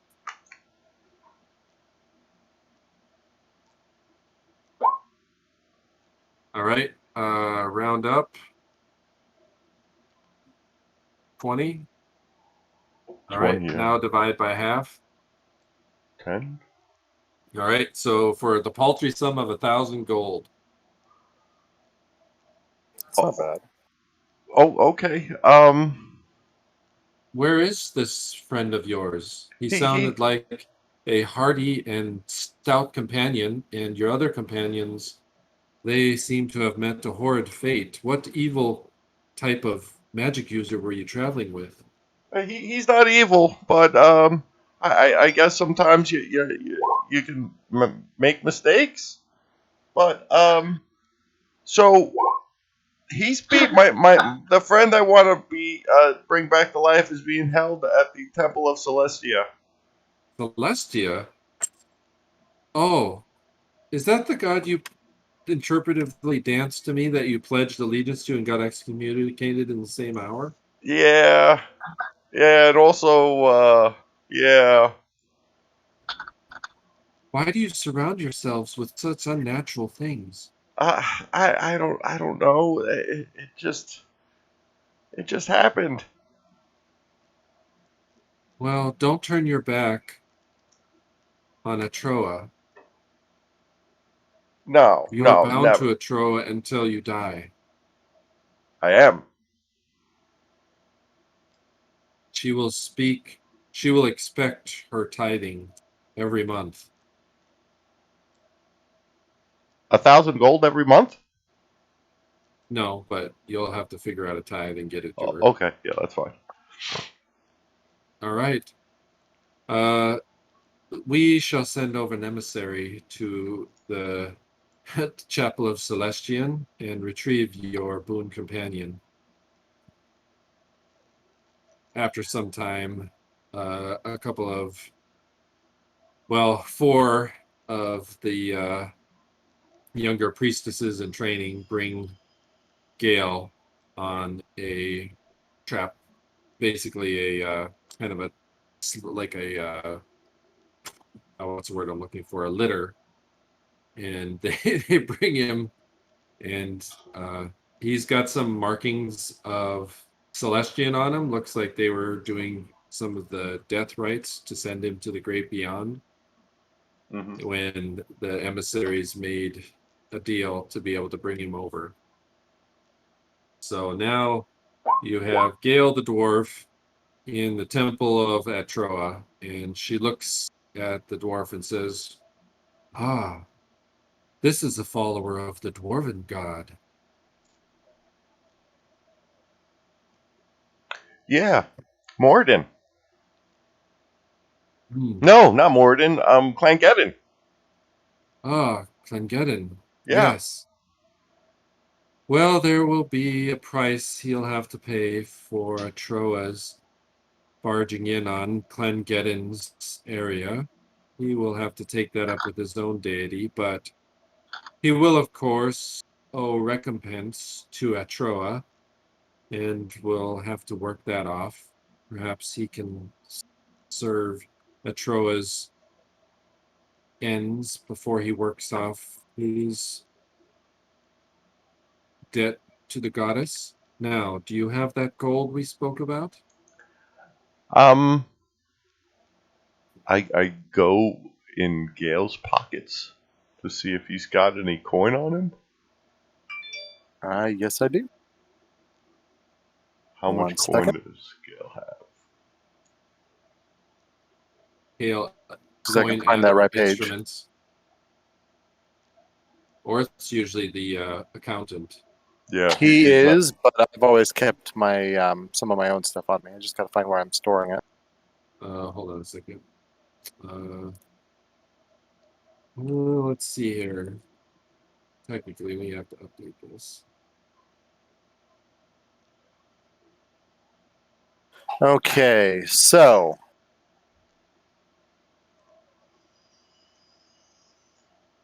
oh yeah, that's right. I spent all my damn money. So this is what I got. That might work. How much do you need? it's 1,000 gold to bring it back. Okay, so I've got 2 gold armbands, a pair of gold spectacles, some gold nose plugs, a gold mug, a gold bracer, or 2 gold bracers. Yes, that's a couple of the. I don't know how much all that's worth, but I know that the armbands are 250 each. right. Okay. So So that's it right there. that's 500. I think the the mug nose is plugs are 125. All right, let's keep the nose plugs because yeah, they come in handy. and that's Actually, gross. I'm dead. You pick what you want. Yeah, I'm not digging in your nose and stealing your nose plugs. But so yeah, I'll take the bracelets off of them. I say these are 250 each. I give my jade statue of a satyr. That's 300 gold pieces. So that's All right. 800, and then I pull out 200 gold from my pouch. Here. All right. Who all is dead? Belgrakas, Gale, Alleseto, and Aedan. Yeah. Right. Yeah. Okay. Oh, and Smyddwack. He comes back one session and dies. Welcome Well, back. we just have to add you to the treasure and death handout. This will be the most interesting one, other than the drank poison and died immediately. Now everybody's got to make this fucking check. Yep. And Luck has not been with us today. Uh, It's the resurrection survival, right? Or is it system shock? Yeah, resurrection Resurrection. survival. Yeah. it's a little better than System Shock, so that's good. I got it. All right. All right. So you are raised, and so you lose a point of constitution permanently, but you sit up, and now you see, as this spell is cast, your spirit is called forth from the hearth of Clengedin, and Clengedin jumps out of his seat by the fire and says, "What is the meaning of this? Who summons my servant?" And you see a blonde huntress with an eagle mounted on her shoulder, and she says, "Ah, dwarven god of the forge, I am calling forth your servant. He is coming back to the plant material plane." You see Clengedin's nostrils snort with rage and indignation. "Who are you to call my servant?" She says, "He is my servant until he has worked off a debt to me. I call forth," and she makes a sound in a language of the deities, and they have a conversation back and forth. And Gedin looks to you and says, "Your faith, Gale, by serving Atroa until she is satisfied, you service me. Now, go forth." And he says, "Do not die again." I will serve you greatly. Am I still able to establish your church? Upon Atroa's debt, you will establish my church. Then I will be so. And I go forward. All right. Aedan. Yeah.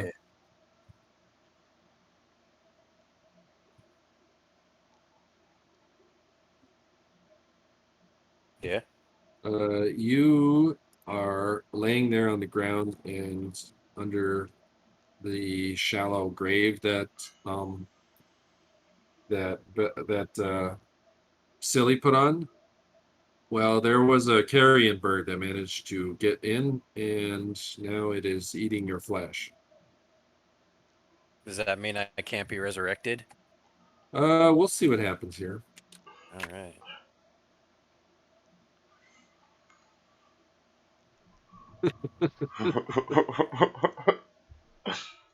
All right. The treasure and death handout has been updated with the next 1, 2, 3, 4, 5 corpses.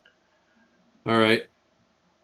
All right, Gale, you sit up and look about and you see the stone figure of the goddess who just spoke to you and made a deal with your god. And you feel kind of shaky and ill, but you stand up and you see Silli looking at you. And Silli is now wearing a gold, or not a gold, but a glass sphere talisman around his neck. He looks somewhat regal and holier than thou. Hey, Gale. What happened? Oh, I don't know. Belgrakas teleported us, and I fell, and you guys were buried. You were all buried. I dug you all out, and I put you in a shallow grave, and then there's everybody else is dead. You gotta bring them back. We gotta go back. All right. Lead the way. So and tell me what you know of this god. She seems to be cool. She seems to be naturey. She liked my dance. They brought you back to life. It's you, right? Yeah, it's me. Make Okay. sure, Silly, on your character that you now have somewhere on there that you're an acolyte of Atroa. Okay.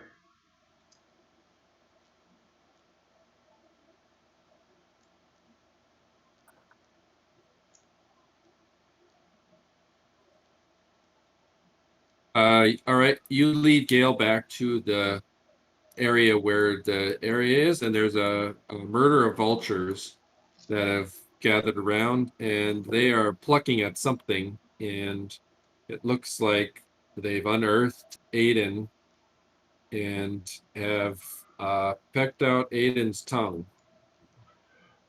Damn. Oh. I sick the bunny on them. All right. The bunny rushes over, eyes blazing, all excited, and then sees the vultures and then starts to eat on Aiden's face as well. Oh, bunny, no. Yeah, we gotta do something about my friend. All right. Make a horn play, Silly.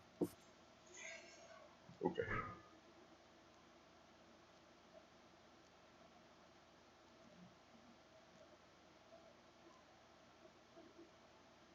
I can only raise 2 today. All right, you manage to play the discordant song that starts lulling the evil bunny into a comatose state, and it climbs up your back and nuzzles itself amongst your horns.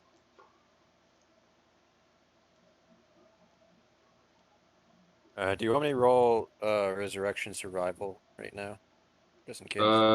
You're on top, so yeah, go ahead if Gale wants to raise you first. Yeah, I'll go ahead and raise him first. Try to put his parts back and stuff in the right place. All right. All right. All right. Aedan, you survive. The only difference is you can still talk, but you have a hole in both cheeks, so you can see your jaws on either side. You almost look like Two-Face. Or Jonah Hex. You know Jonah Yeah, Hex? yeah. Damn. Now you have an affinity for vultures, so at some point in time, you might try to wrangle one as a pet. All right. You lose a point of constitution. That leaves my constitution at like 11. All right. Who are you raising next? Belgrakas is next in the stack. Belgrakas it is. He was going to be the next one. All right. Yeah. All right. Con check. Resurrection survival. Wow. With the two. Oh, you unlucky bastard. Holy shit. Belgrakas almost disintegrated into a permanent death. Oh, geez. Which, Belgrakas, you better not roll anymore today. I gotta stop rolling. You've rolled a 100 on a die 100, a 99 on a die 85 out of 85. All right. All right, you come back to, and you jolt with a start and sit up, and you're covered in dirt. You're coughing out dirt, and you kind of cough. Your eyes are all red and bloodshot, and you have this horrific scar now on your cheek where the stupid crazy bunny was starting to eat your face. He doesn't know that, though. It smarts. What in the God's name's happened? I think your spell messed up, but it's okay. What? I don't mess up. Yeah, I know. I do. I think it was your bunny that interfered with its awful chaos magic. It could be. It definitely could be that. But Where's everyone? The bunny hisses at Belgrakas and then goes back to sleep on Silli's horns. He looks around. He nods at Gale. Thank you, friend. You feel weaker now, Belgrakas. Okay.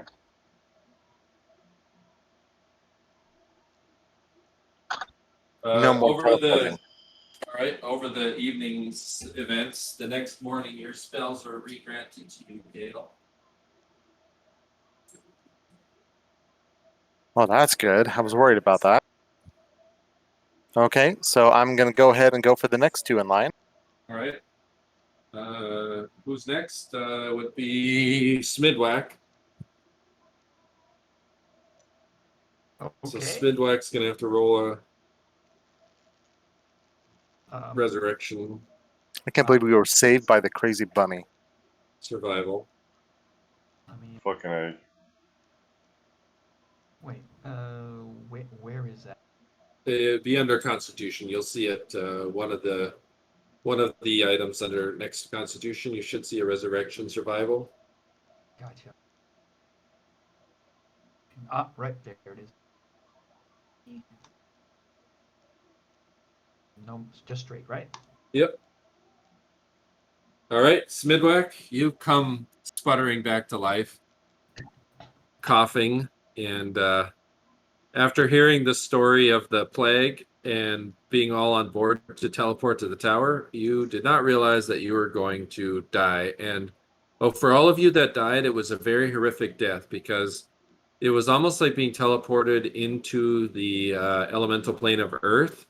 So there was just the briefest gut-wrenching pain as you became one with space where there is no space. It was just, yeah, exactly. Yeah, you feel gut-wrenchingly sick. And now you lose a point of constitution there, Smyddwack. Oh, And last but not least, Alleseto. Let's see if Alleseto will live, or if Alvin goes the long route of characters played by Alvin. Oh, please no. Well, He always gets the coolest magic items. Yeah, come on, Al. you got to roll, right? Yep.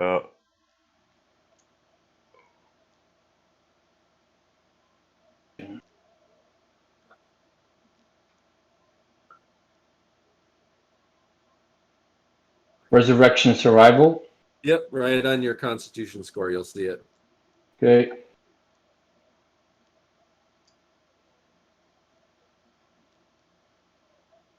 Ooh, all right. So, Seto, you come back to life and you survey the shallow grave that you're in and your companion standing around, and you look about and you're exceedingly angry because if Belgrakas had only moved you over like 8 feet the other direction, you would have ended up in an open cavity of the tunnel.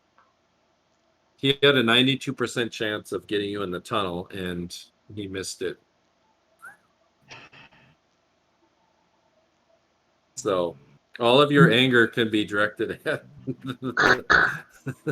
It was the murder bunny's fault. You said it was very painful. You only have a slight recollection of gut-wrenching pain, which felt like spikes piercing every organ of your body. But it was literally at the instant of death. So imagine being in a Hellraiser movie. It's about how it felt. And now Aedan has holes in his cheek because the birds started to eat at him, and Belgrakas has a unsightly scar on his face where the bunny got to him before Silli could intervene.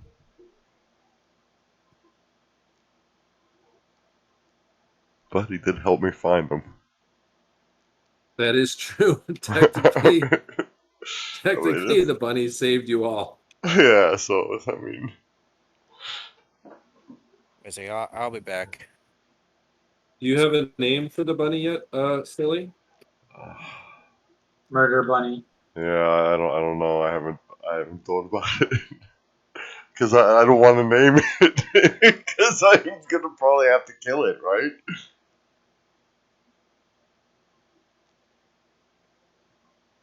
It's not welcome. It's not welcome anywhere. It's not good around civilized people.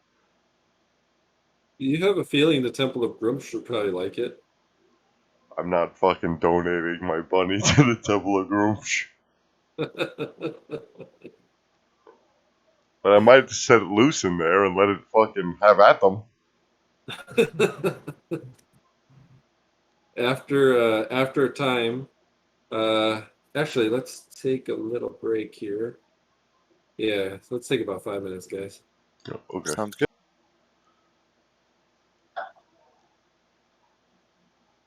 I'm so glad everybody's alive.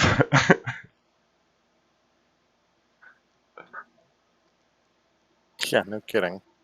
I mean, I came to the realization I'll be like, okay, if Silli dies here, it's the way it goes. I mean, it's fucking too easy. It happens, you know? Oh, I already had a plan on the quest to retrieve Gale.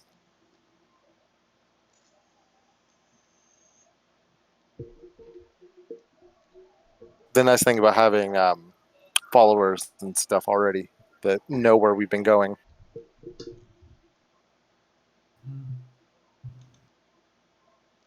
Thank God you didn't have me make any type of check to dig for you guys. I know, right? Some sort of strength or con check or something, you know?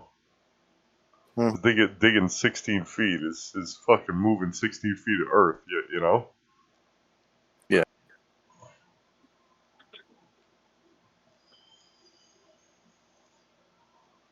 I don't know if I'd be able to just go directly down. How would I get the fuck out?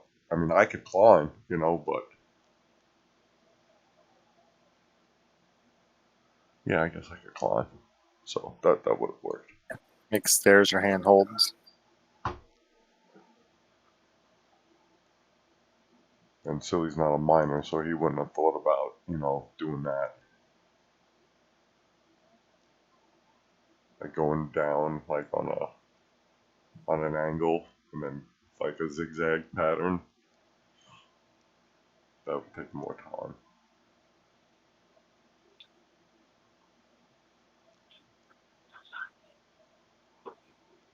I mean, everybody wanted to be saved, right? Oh, definitely. Yeah, okay. I've got too much left to me. I was ready to call it.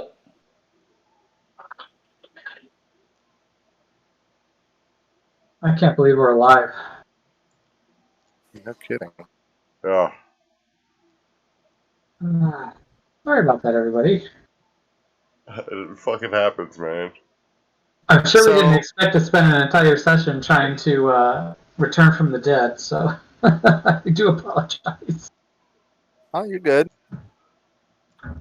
I'm not sure if Gale is going to be trusting your teleport anytime soon. I don't think so. Might be walking from here on out. Exactly. Especially, and then watch. He walks out and gets hit by a boulder or something. Yeah, Belgrakas is trying to spin the narrative that it was the murder bunny, the chaos bunny's fault. Well, it's Oh. kind of funny because if you hadn't taken the rabbit with, then Silli wouldn't have lived. And it would No. have been We all would have done. a TPK, and there would have been nothing you could have done about it. I know. But that's still not going to stop Belgrakas from spinning the narrative that it's the chaos bunny's fault. that they had the mishap. It just looks at you and hisses every once in a while. He shakes his fist at it. That's awesome.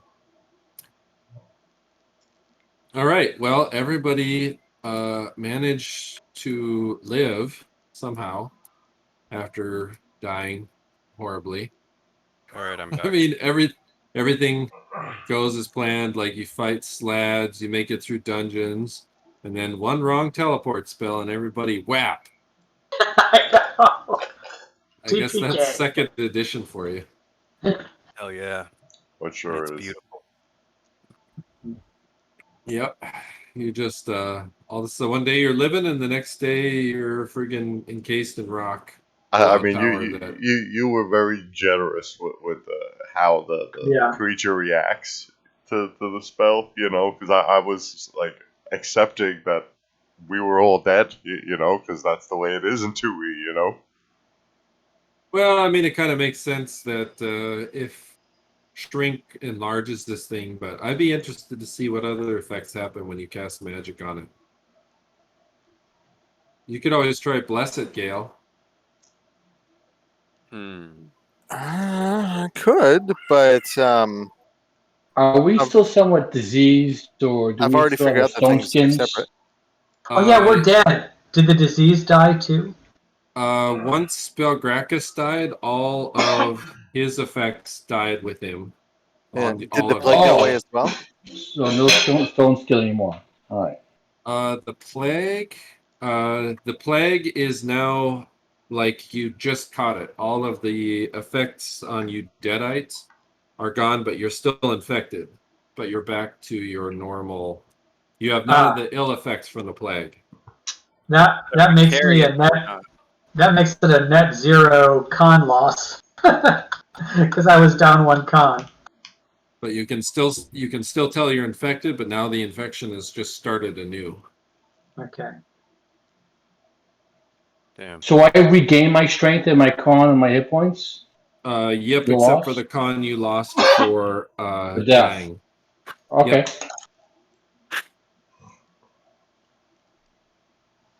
Wow. So I guess there's there's a silver lining there. So we don't regain any of our stats back? No, You we do do. gain. You do gain your stats back, but you still have lost 1 point of Constitution. Now you'll lose stats as the plague progresses, assuming you can't do anything about it. Yeah, unless we get our priest to cast their spells. So,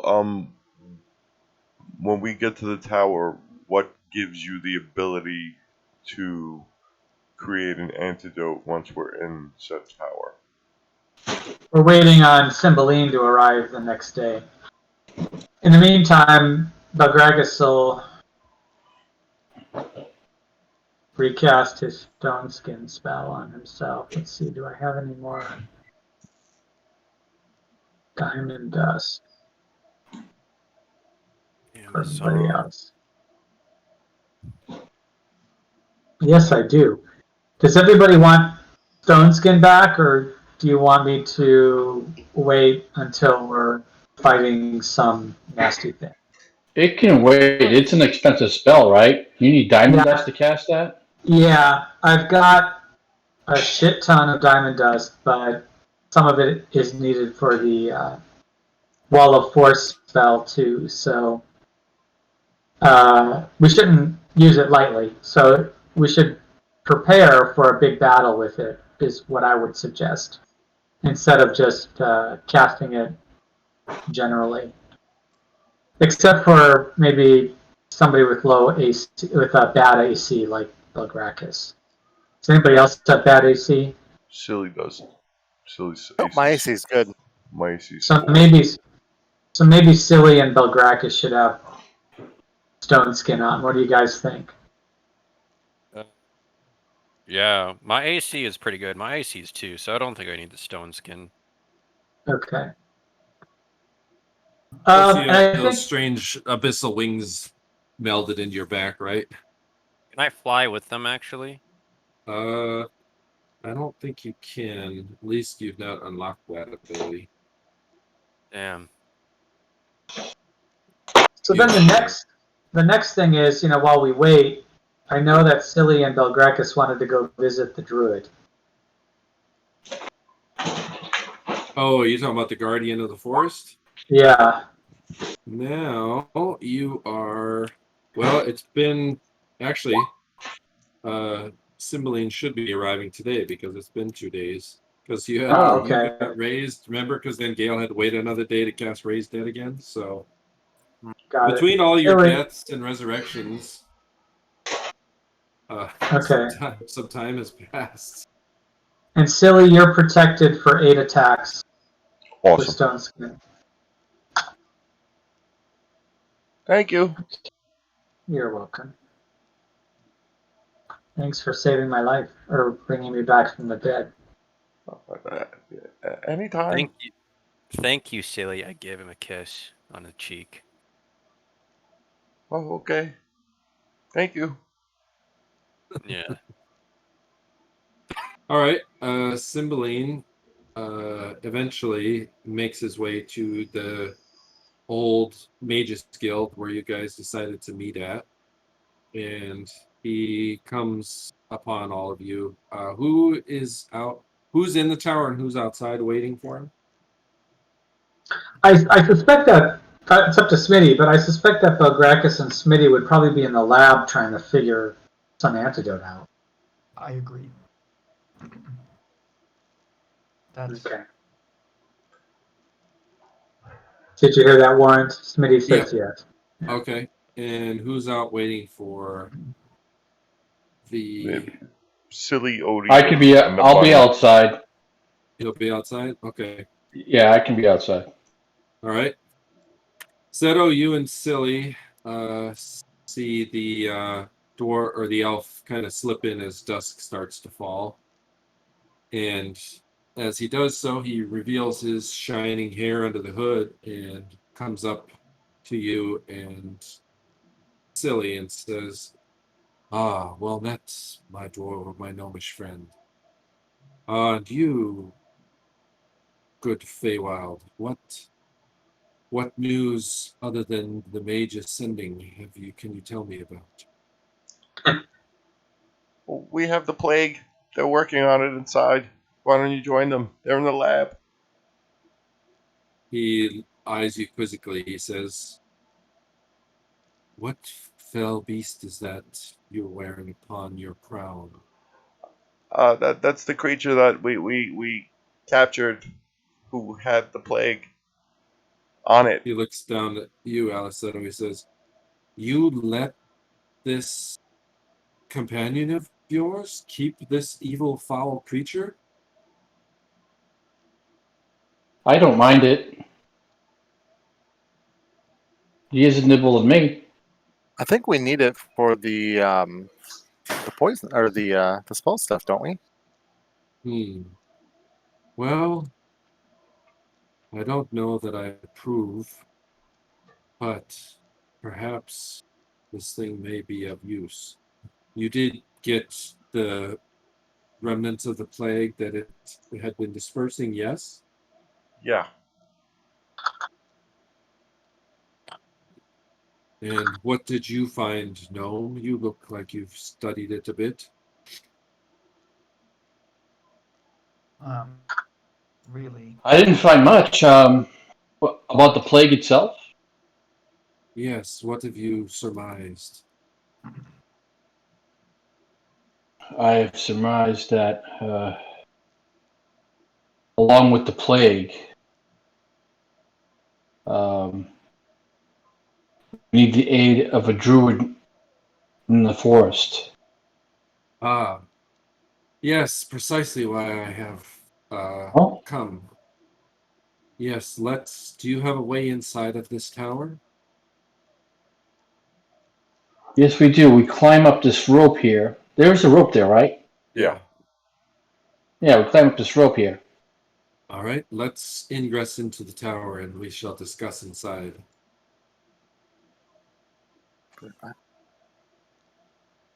Once Cymbeline and the breeders have arrived inside the tower, he stretches out and breaks out a bit of food from his pack and says, "Now gather round. I do have some news that I shall tell of you, of the Guardian."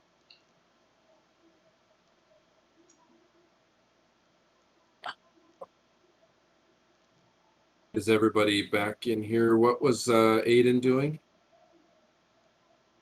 Just practicing with my sword a bit. I don't know, just moving around a bit because, feeling a little stiff from being resurrected. All right. All right, Aedan, you get back into the area where the elf is. Odie's there. Odie gleefully greets Cymbeline, and he seems like he may have met him in the past.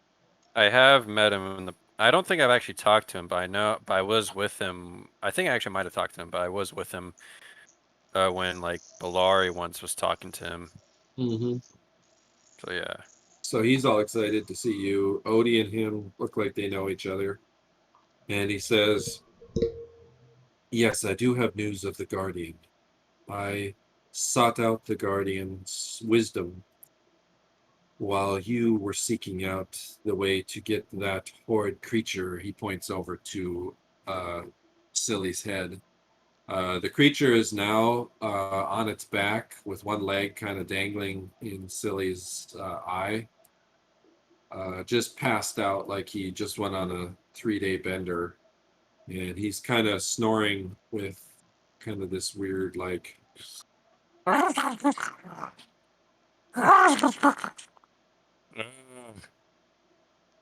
No. is a little bit annoying, but he seems dead to the world. Maybe all that dancing tuckered the little guy out. He's adorable, isn't he? No? No. Kill it. He No, I'm kidding. he says, now he looks over at Smyddwack and Belgrakas. Have you been studying any of this plague in the lab? Yes, we have. Tell me, what have you learned? Actually, have you guys rolled anything to learn anything? No. All right. Let's see here. Smitty is an illusionist. But he's also a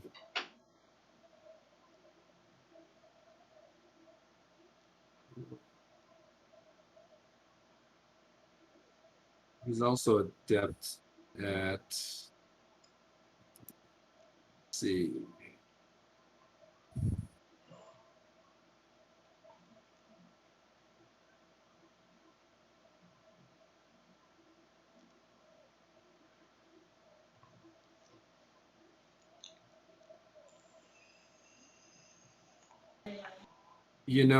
Both of you might be able to roll a spellcraft check.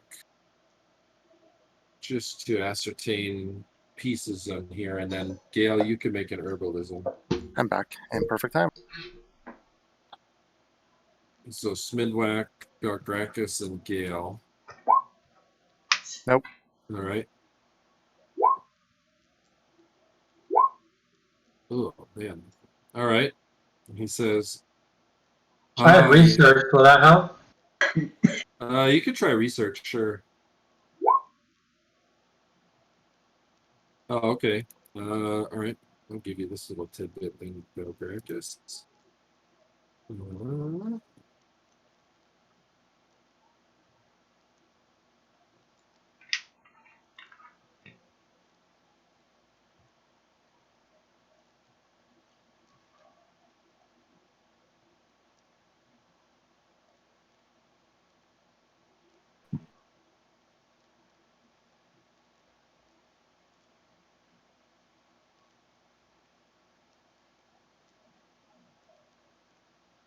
And I wish I had useful skills I'd set out of combat other than fucking swimming and endurance. You only have 2? Yeah, swimming and endurance. What level are you? I'm level like 8. Oh, You we should might have have. to work. You should have some more proficiencies. Yeah, you should have more than that. Let me read like the warrior proficiencies, like how many I should have. You All right. probably get you get them from your start. No, it's because I think it's because like the proficiencies that I have are worth a lot. You know what I mean? Because you know how like Oh, they slot. take more slots. Yeah, that's why I don't really have many proficiencies. I think probably because I took one of them was ambidexterity. I think that's why. Mm, Oh, all right. Yeah. And blind fighting. Yeah, because those are expensive. yeah. Oh, okay. Okay. So non-weapon, it's you said you're 8. Oh, next level you'll get Yeah, another one. ninth level. I'm gonna get Well, You Belgrakas should have says, 4 non-weapon proficiencies. Are the point? I wanted to be a Belgrakas- killing machine, but that's when I think about it, it's not really the most effective sometimes. You know what I'm saying? I don't know. So Belgrakas frowns, says, I think we need some counter agent from perhaps an opposing plane, something utterly lawful. Cymbeline looks at you and then kind of raises his eye. Ah. The Guardian was a bit esoteric in her instructions, but now I think it is making sense. He pulls out a small glass vial, and the vial looks like it's leaded crystal of some sort. And inside is a small shard of some sort of kind of glowing ivory mother of pearl looking like object. And he says, "The Guardian, she presented me with this after some time in the forest alone in contemplation. Perhaps this is the reagent or antigen that you speak of. But I must tell you, it came with a warning. And the warning was that only the antigen may affect the reagent outside of this plane."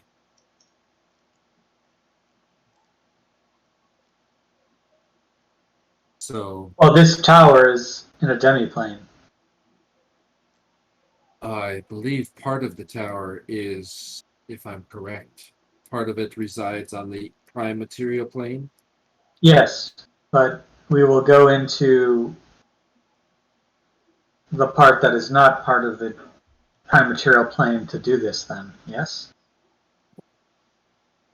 I think that may be worthwhile. However, let's see. Make a research check, Belgrakas.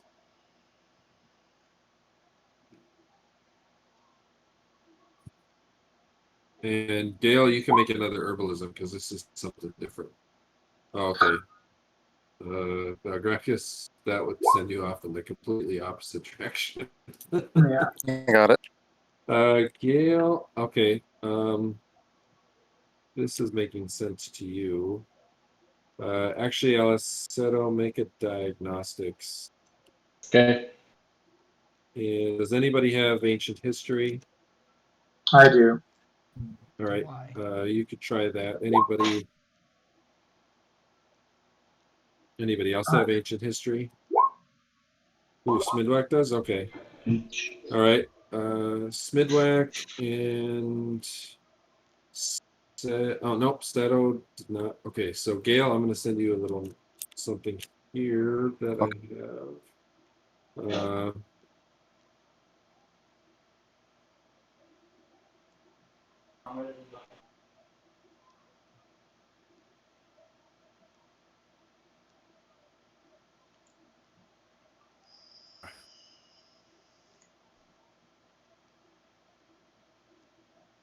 Okay, yeah, the ambidexterity is actually, I think, a weapon one.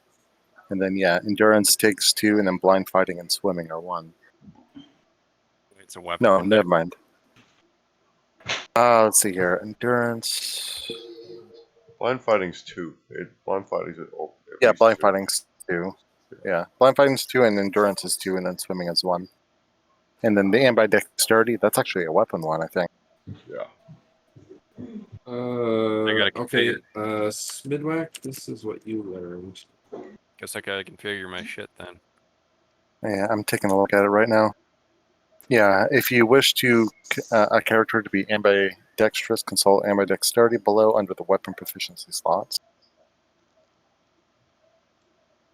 If a player wants his character to be ambidextrous, as described above in the he must devote 1 weapon proficiency to ambidexterity. Yeah. So the regent, for this to work, must be mixed in the laboratory in a different plane. So we need to go, well, to a different plane. Now, the laboratory in this tower is in another plane, yes? The upper levels are seemingly in a demiplane, as well as the crystal chamber. Yeah, that's what I thought. Because it has the red glow outside. Oh shit. Okay. Am I thinking on that it will still be fine up in those rooms, or do we need it like a different from where we're at?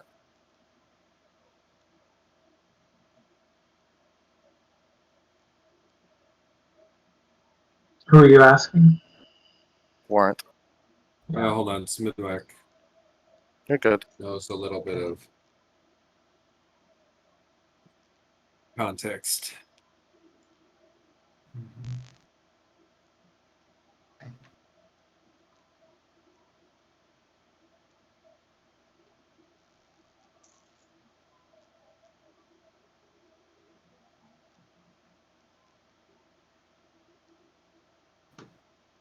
Backing survival sets nears running navigation. My fucking stats. All terrible. And are you a kit? Is your character based off of a kit? Yeah, he's a berserker. So you might get proficiencies from your kit as well, and it also might open up other proficiencies to you. Like the fighting in the humanoid handbook, one of the fighters is able to take rogue proficiency slots, freely, not double. Fighters. Warrior kits. The hell are my warrior kits? Okay, there it is. Weapon proficiencies, not weapon. Endurance is the only proficiency, bonus proficiency I got. All right, let me get rid of ambidexterity then.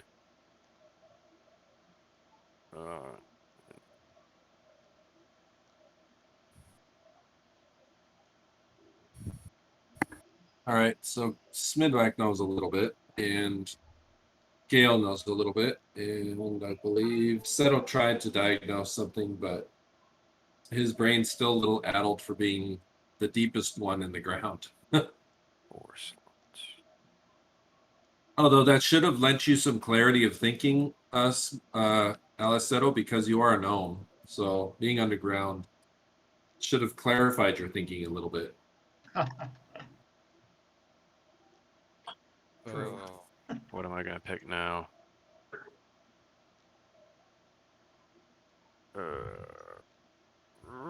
But don't worry, Smyddwack, his addled brain remembers some ancient history.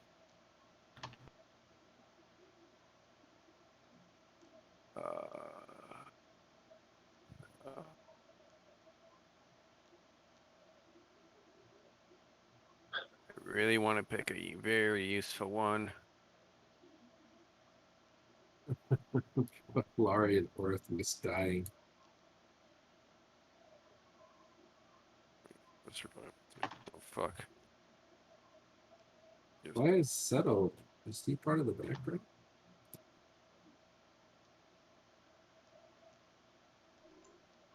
What's that? Oh, sorry, I was just looking at your character thing. 3.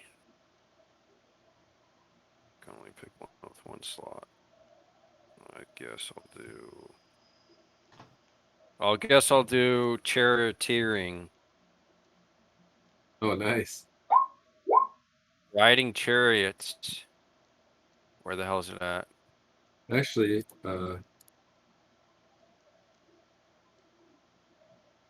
Oh yeah. So I have a useful non-combat ability, riding chariots. Wait, how much do they even cost? yeah, that's it. Oh, Hey, you, that's, actually, that'll be actually it will be useful. We've got some chariots that we will have soon. that's true. Yes. And I could use it with relatively, I'd say, competent use, because it's my dexterity is 12, and it gives me a Yeah. +2 bonus. That'll make it 14. All right. So I'm semi-competent with it. All right. So Smyddwack's got a Smyddwack got a little bit of insight from his.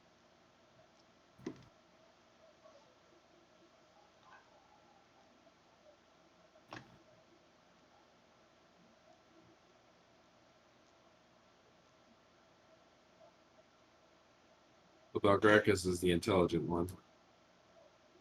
What, I have to roll something? No, but Smyddwack just had he remembers a something that is very similar to a curse like this that happened some time ago, perhaps Ah, an epic ago.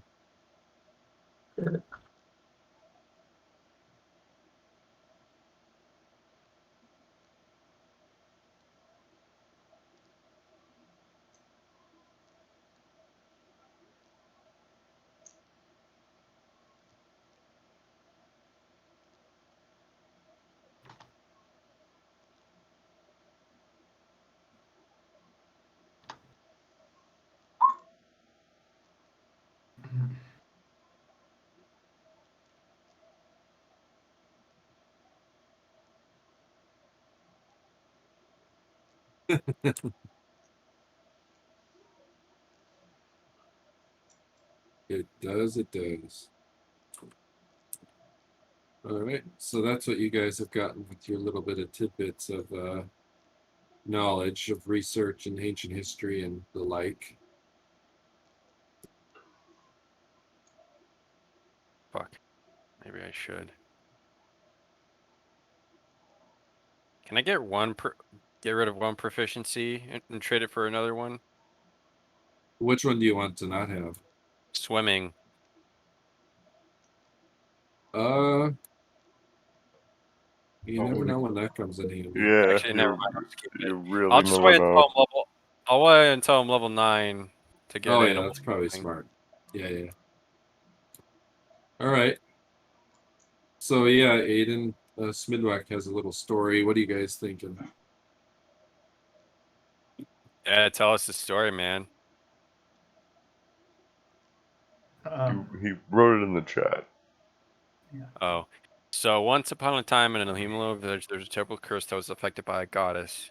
I don't know who, and by the way, but wait, BTW, wow, goddess, why is this village so important? But anyway, they need to perform a rite where the infection, which I guess was also the curse, began. The curse spread far and wide, very quickly out to the days from the town. It has a great fairy tale ring, doesn't it?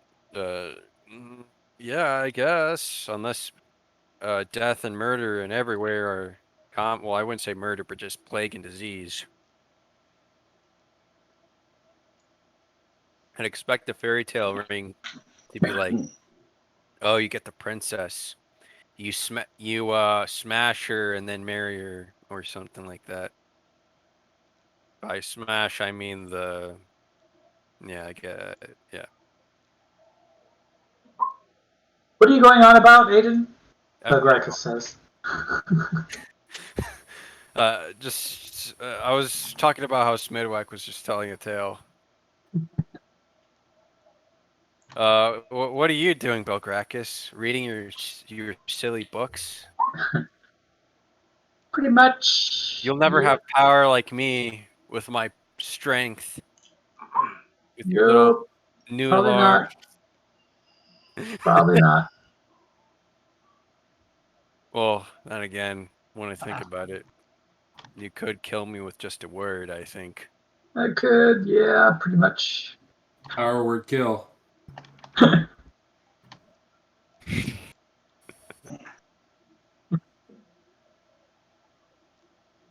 Silly, your strange creature is still asleep on you. Gale, you have figured all you can possibly figure. Yeah, pretty much. Killer Grell, what the fuck? Roll for initiative. No, okay. Wait, which building am I in? Am I in this one or that one? You are all here. All Because right. this is where Cymbeline was giving his little talk. And this death Killer Grell is here? It is now. Oh, no, I'm kidding. You know, it Maybe. doesn't... You can't see outside. Oh no, I'm just gonna hang out where I'm probably most secure. I guess here. Yeah. All right, so it's incumbent on Cymbeline hands over the little vial to who's nearest to him? I guess Alleseto, and says, "Yes, this is from the gift from the Guardian. It should be useful in resolving the curse. Should you be able to solve and reverse engineer this horrific curse that came from the evil outside."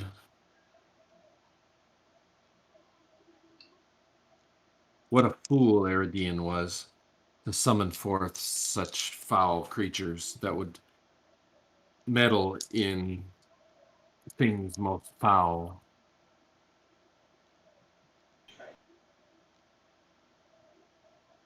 Yes, he was quite the fool. Oh, you know what? Why not? I'll mention to Cymbeline that upon the defeat of the creatures, they said that he would be back the following day. Ah, the I don't creatures suppose you that means. fought. The creatures you fought, yes? Yes. I don't suppose they mean that literally. It could be a year from now. Right, would you say? It's hard to say. More than likely you sent them back to their home plane. But some of them may still have their shards. Or do you have their shards? I have one of those shards. Ah, you do? I do. Hmm. I've got the unmarked one. The next time, if you must fight them in combat again, perform a ritual with those shards. Once you have killed them in combat, then perform the ritual, either sending them forth with a holy ward or sending the shards with a gate, and they will be utterly destroyed. You hold the power forth with the shards. They will do anything to get those shards back in their possession. Is that an arcane type spell, or is it a prayer of a divine being? Either somebody sufficient in their strength of faith, or a wizard that knows the requisite knowledge. I mean, what But- requisite knowledge would that be? Dismissal? Yes, if you could defeat the creature in combat, and upon its dying breath, then place the shards in a circle of power and summon forth a dismissal or a holy word, that should utterly annihilate the creature. Do you have access to such magic, Cymbeline? I, unfortunately, do not. I am but a lowly traveler and seeker of knowledge and stories and of tales and legends. Well, it will take some time then. You'll have to learn such magic. And the holy word is quite an advanced miracle.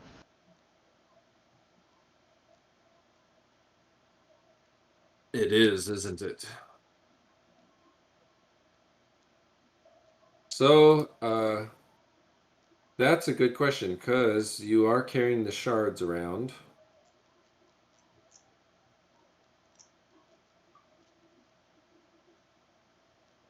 One of us has the other. I don't remember who.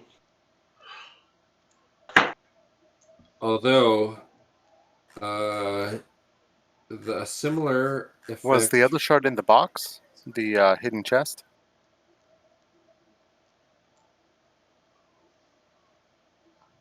I don't think so. I think one of you has it. It's not silly. Oh, Silly's got it. No, silly definitely doesn't have it. Actually, there is a percent chance that a 4th level spell that the priest could cast could do the same thing, but it doesn't have as much of a success chance.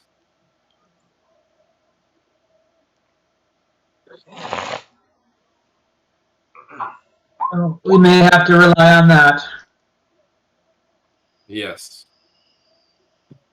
In the meantime, let's destroy this plague, shall Oh, we? you know, it's probably Belari that has it. Oh yeah, I bet you're right.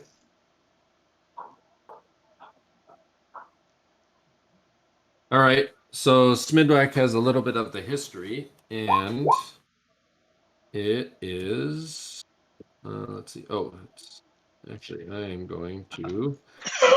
We're a little behind schedule here, but that's all right. I'm going to hand out some XP so everybody can think about what they think about Smyddwack's story and come up with some game plans here.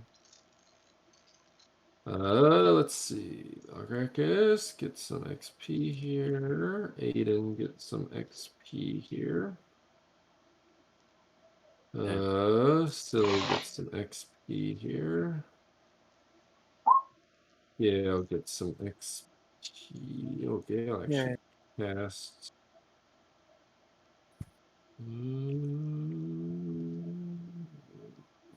Nice. Cast like Yeah, 15 spells. Smyddwack. It's XP here. And Odie? Warren? yes. Odie actually gets a bit here.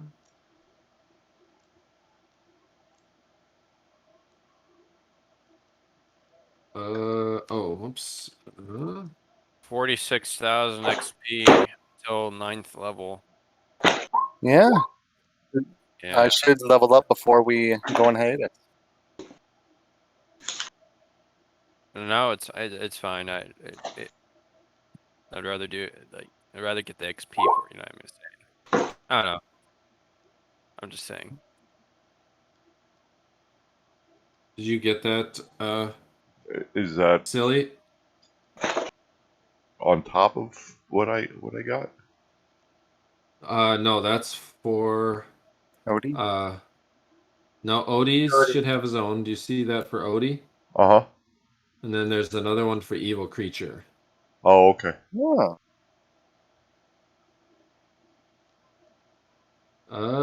Yes. Illusionist? Yes. I don't have a Yep, sheet I got all you for. PG. I'll Okay. give you a sheet for Evil Creature. Okay. What class is evil creature? Evil Creature is so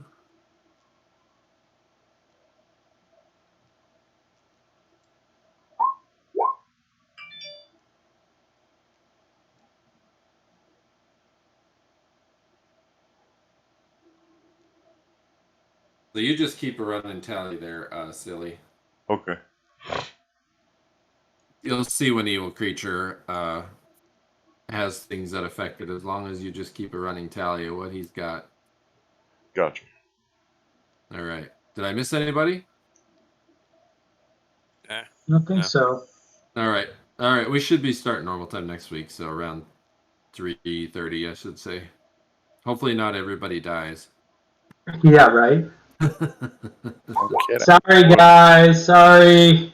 I mean, what are the Yeah, odds? he's not sorry. 1 in 100? 1 in 100, literally. Yeah. Literally 1 in 100. You had a 99% chance of succeed. Actually, because of the way the math works, you had a 92% chance on top of a 99% chance of surviving, and somehow you guys might as well just all play the lottery, because I know. or at least Belgrakas, you should go play the lottery, because your luck might just be that random. Or don't go out in a lightning storm, because your luck might not. That's the thing. That's the latter. Don't go on a lightning storm. Yeah, you should have rolled that for magic items. You would have, save those I rolls know. for magic items. You would have got like something Right. really outstanding. Right. Yeah. All All right, I'll right. catch you guys on the next one. Thanks, guys. All right, thank Bye. you. All right. Bye. Like,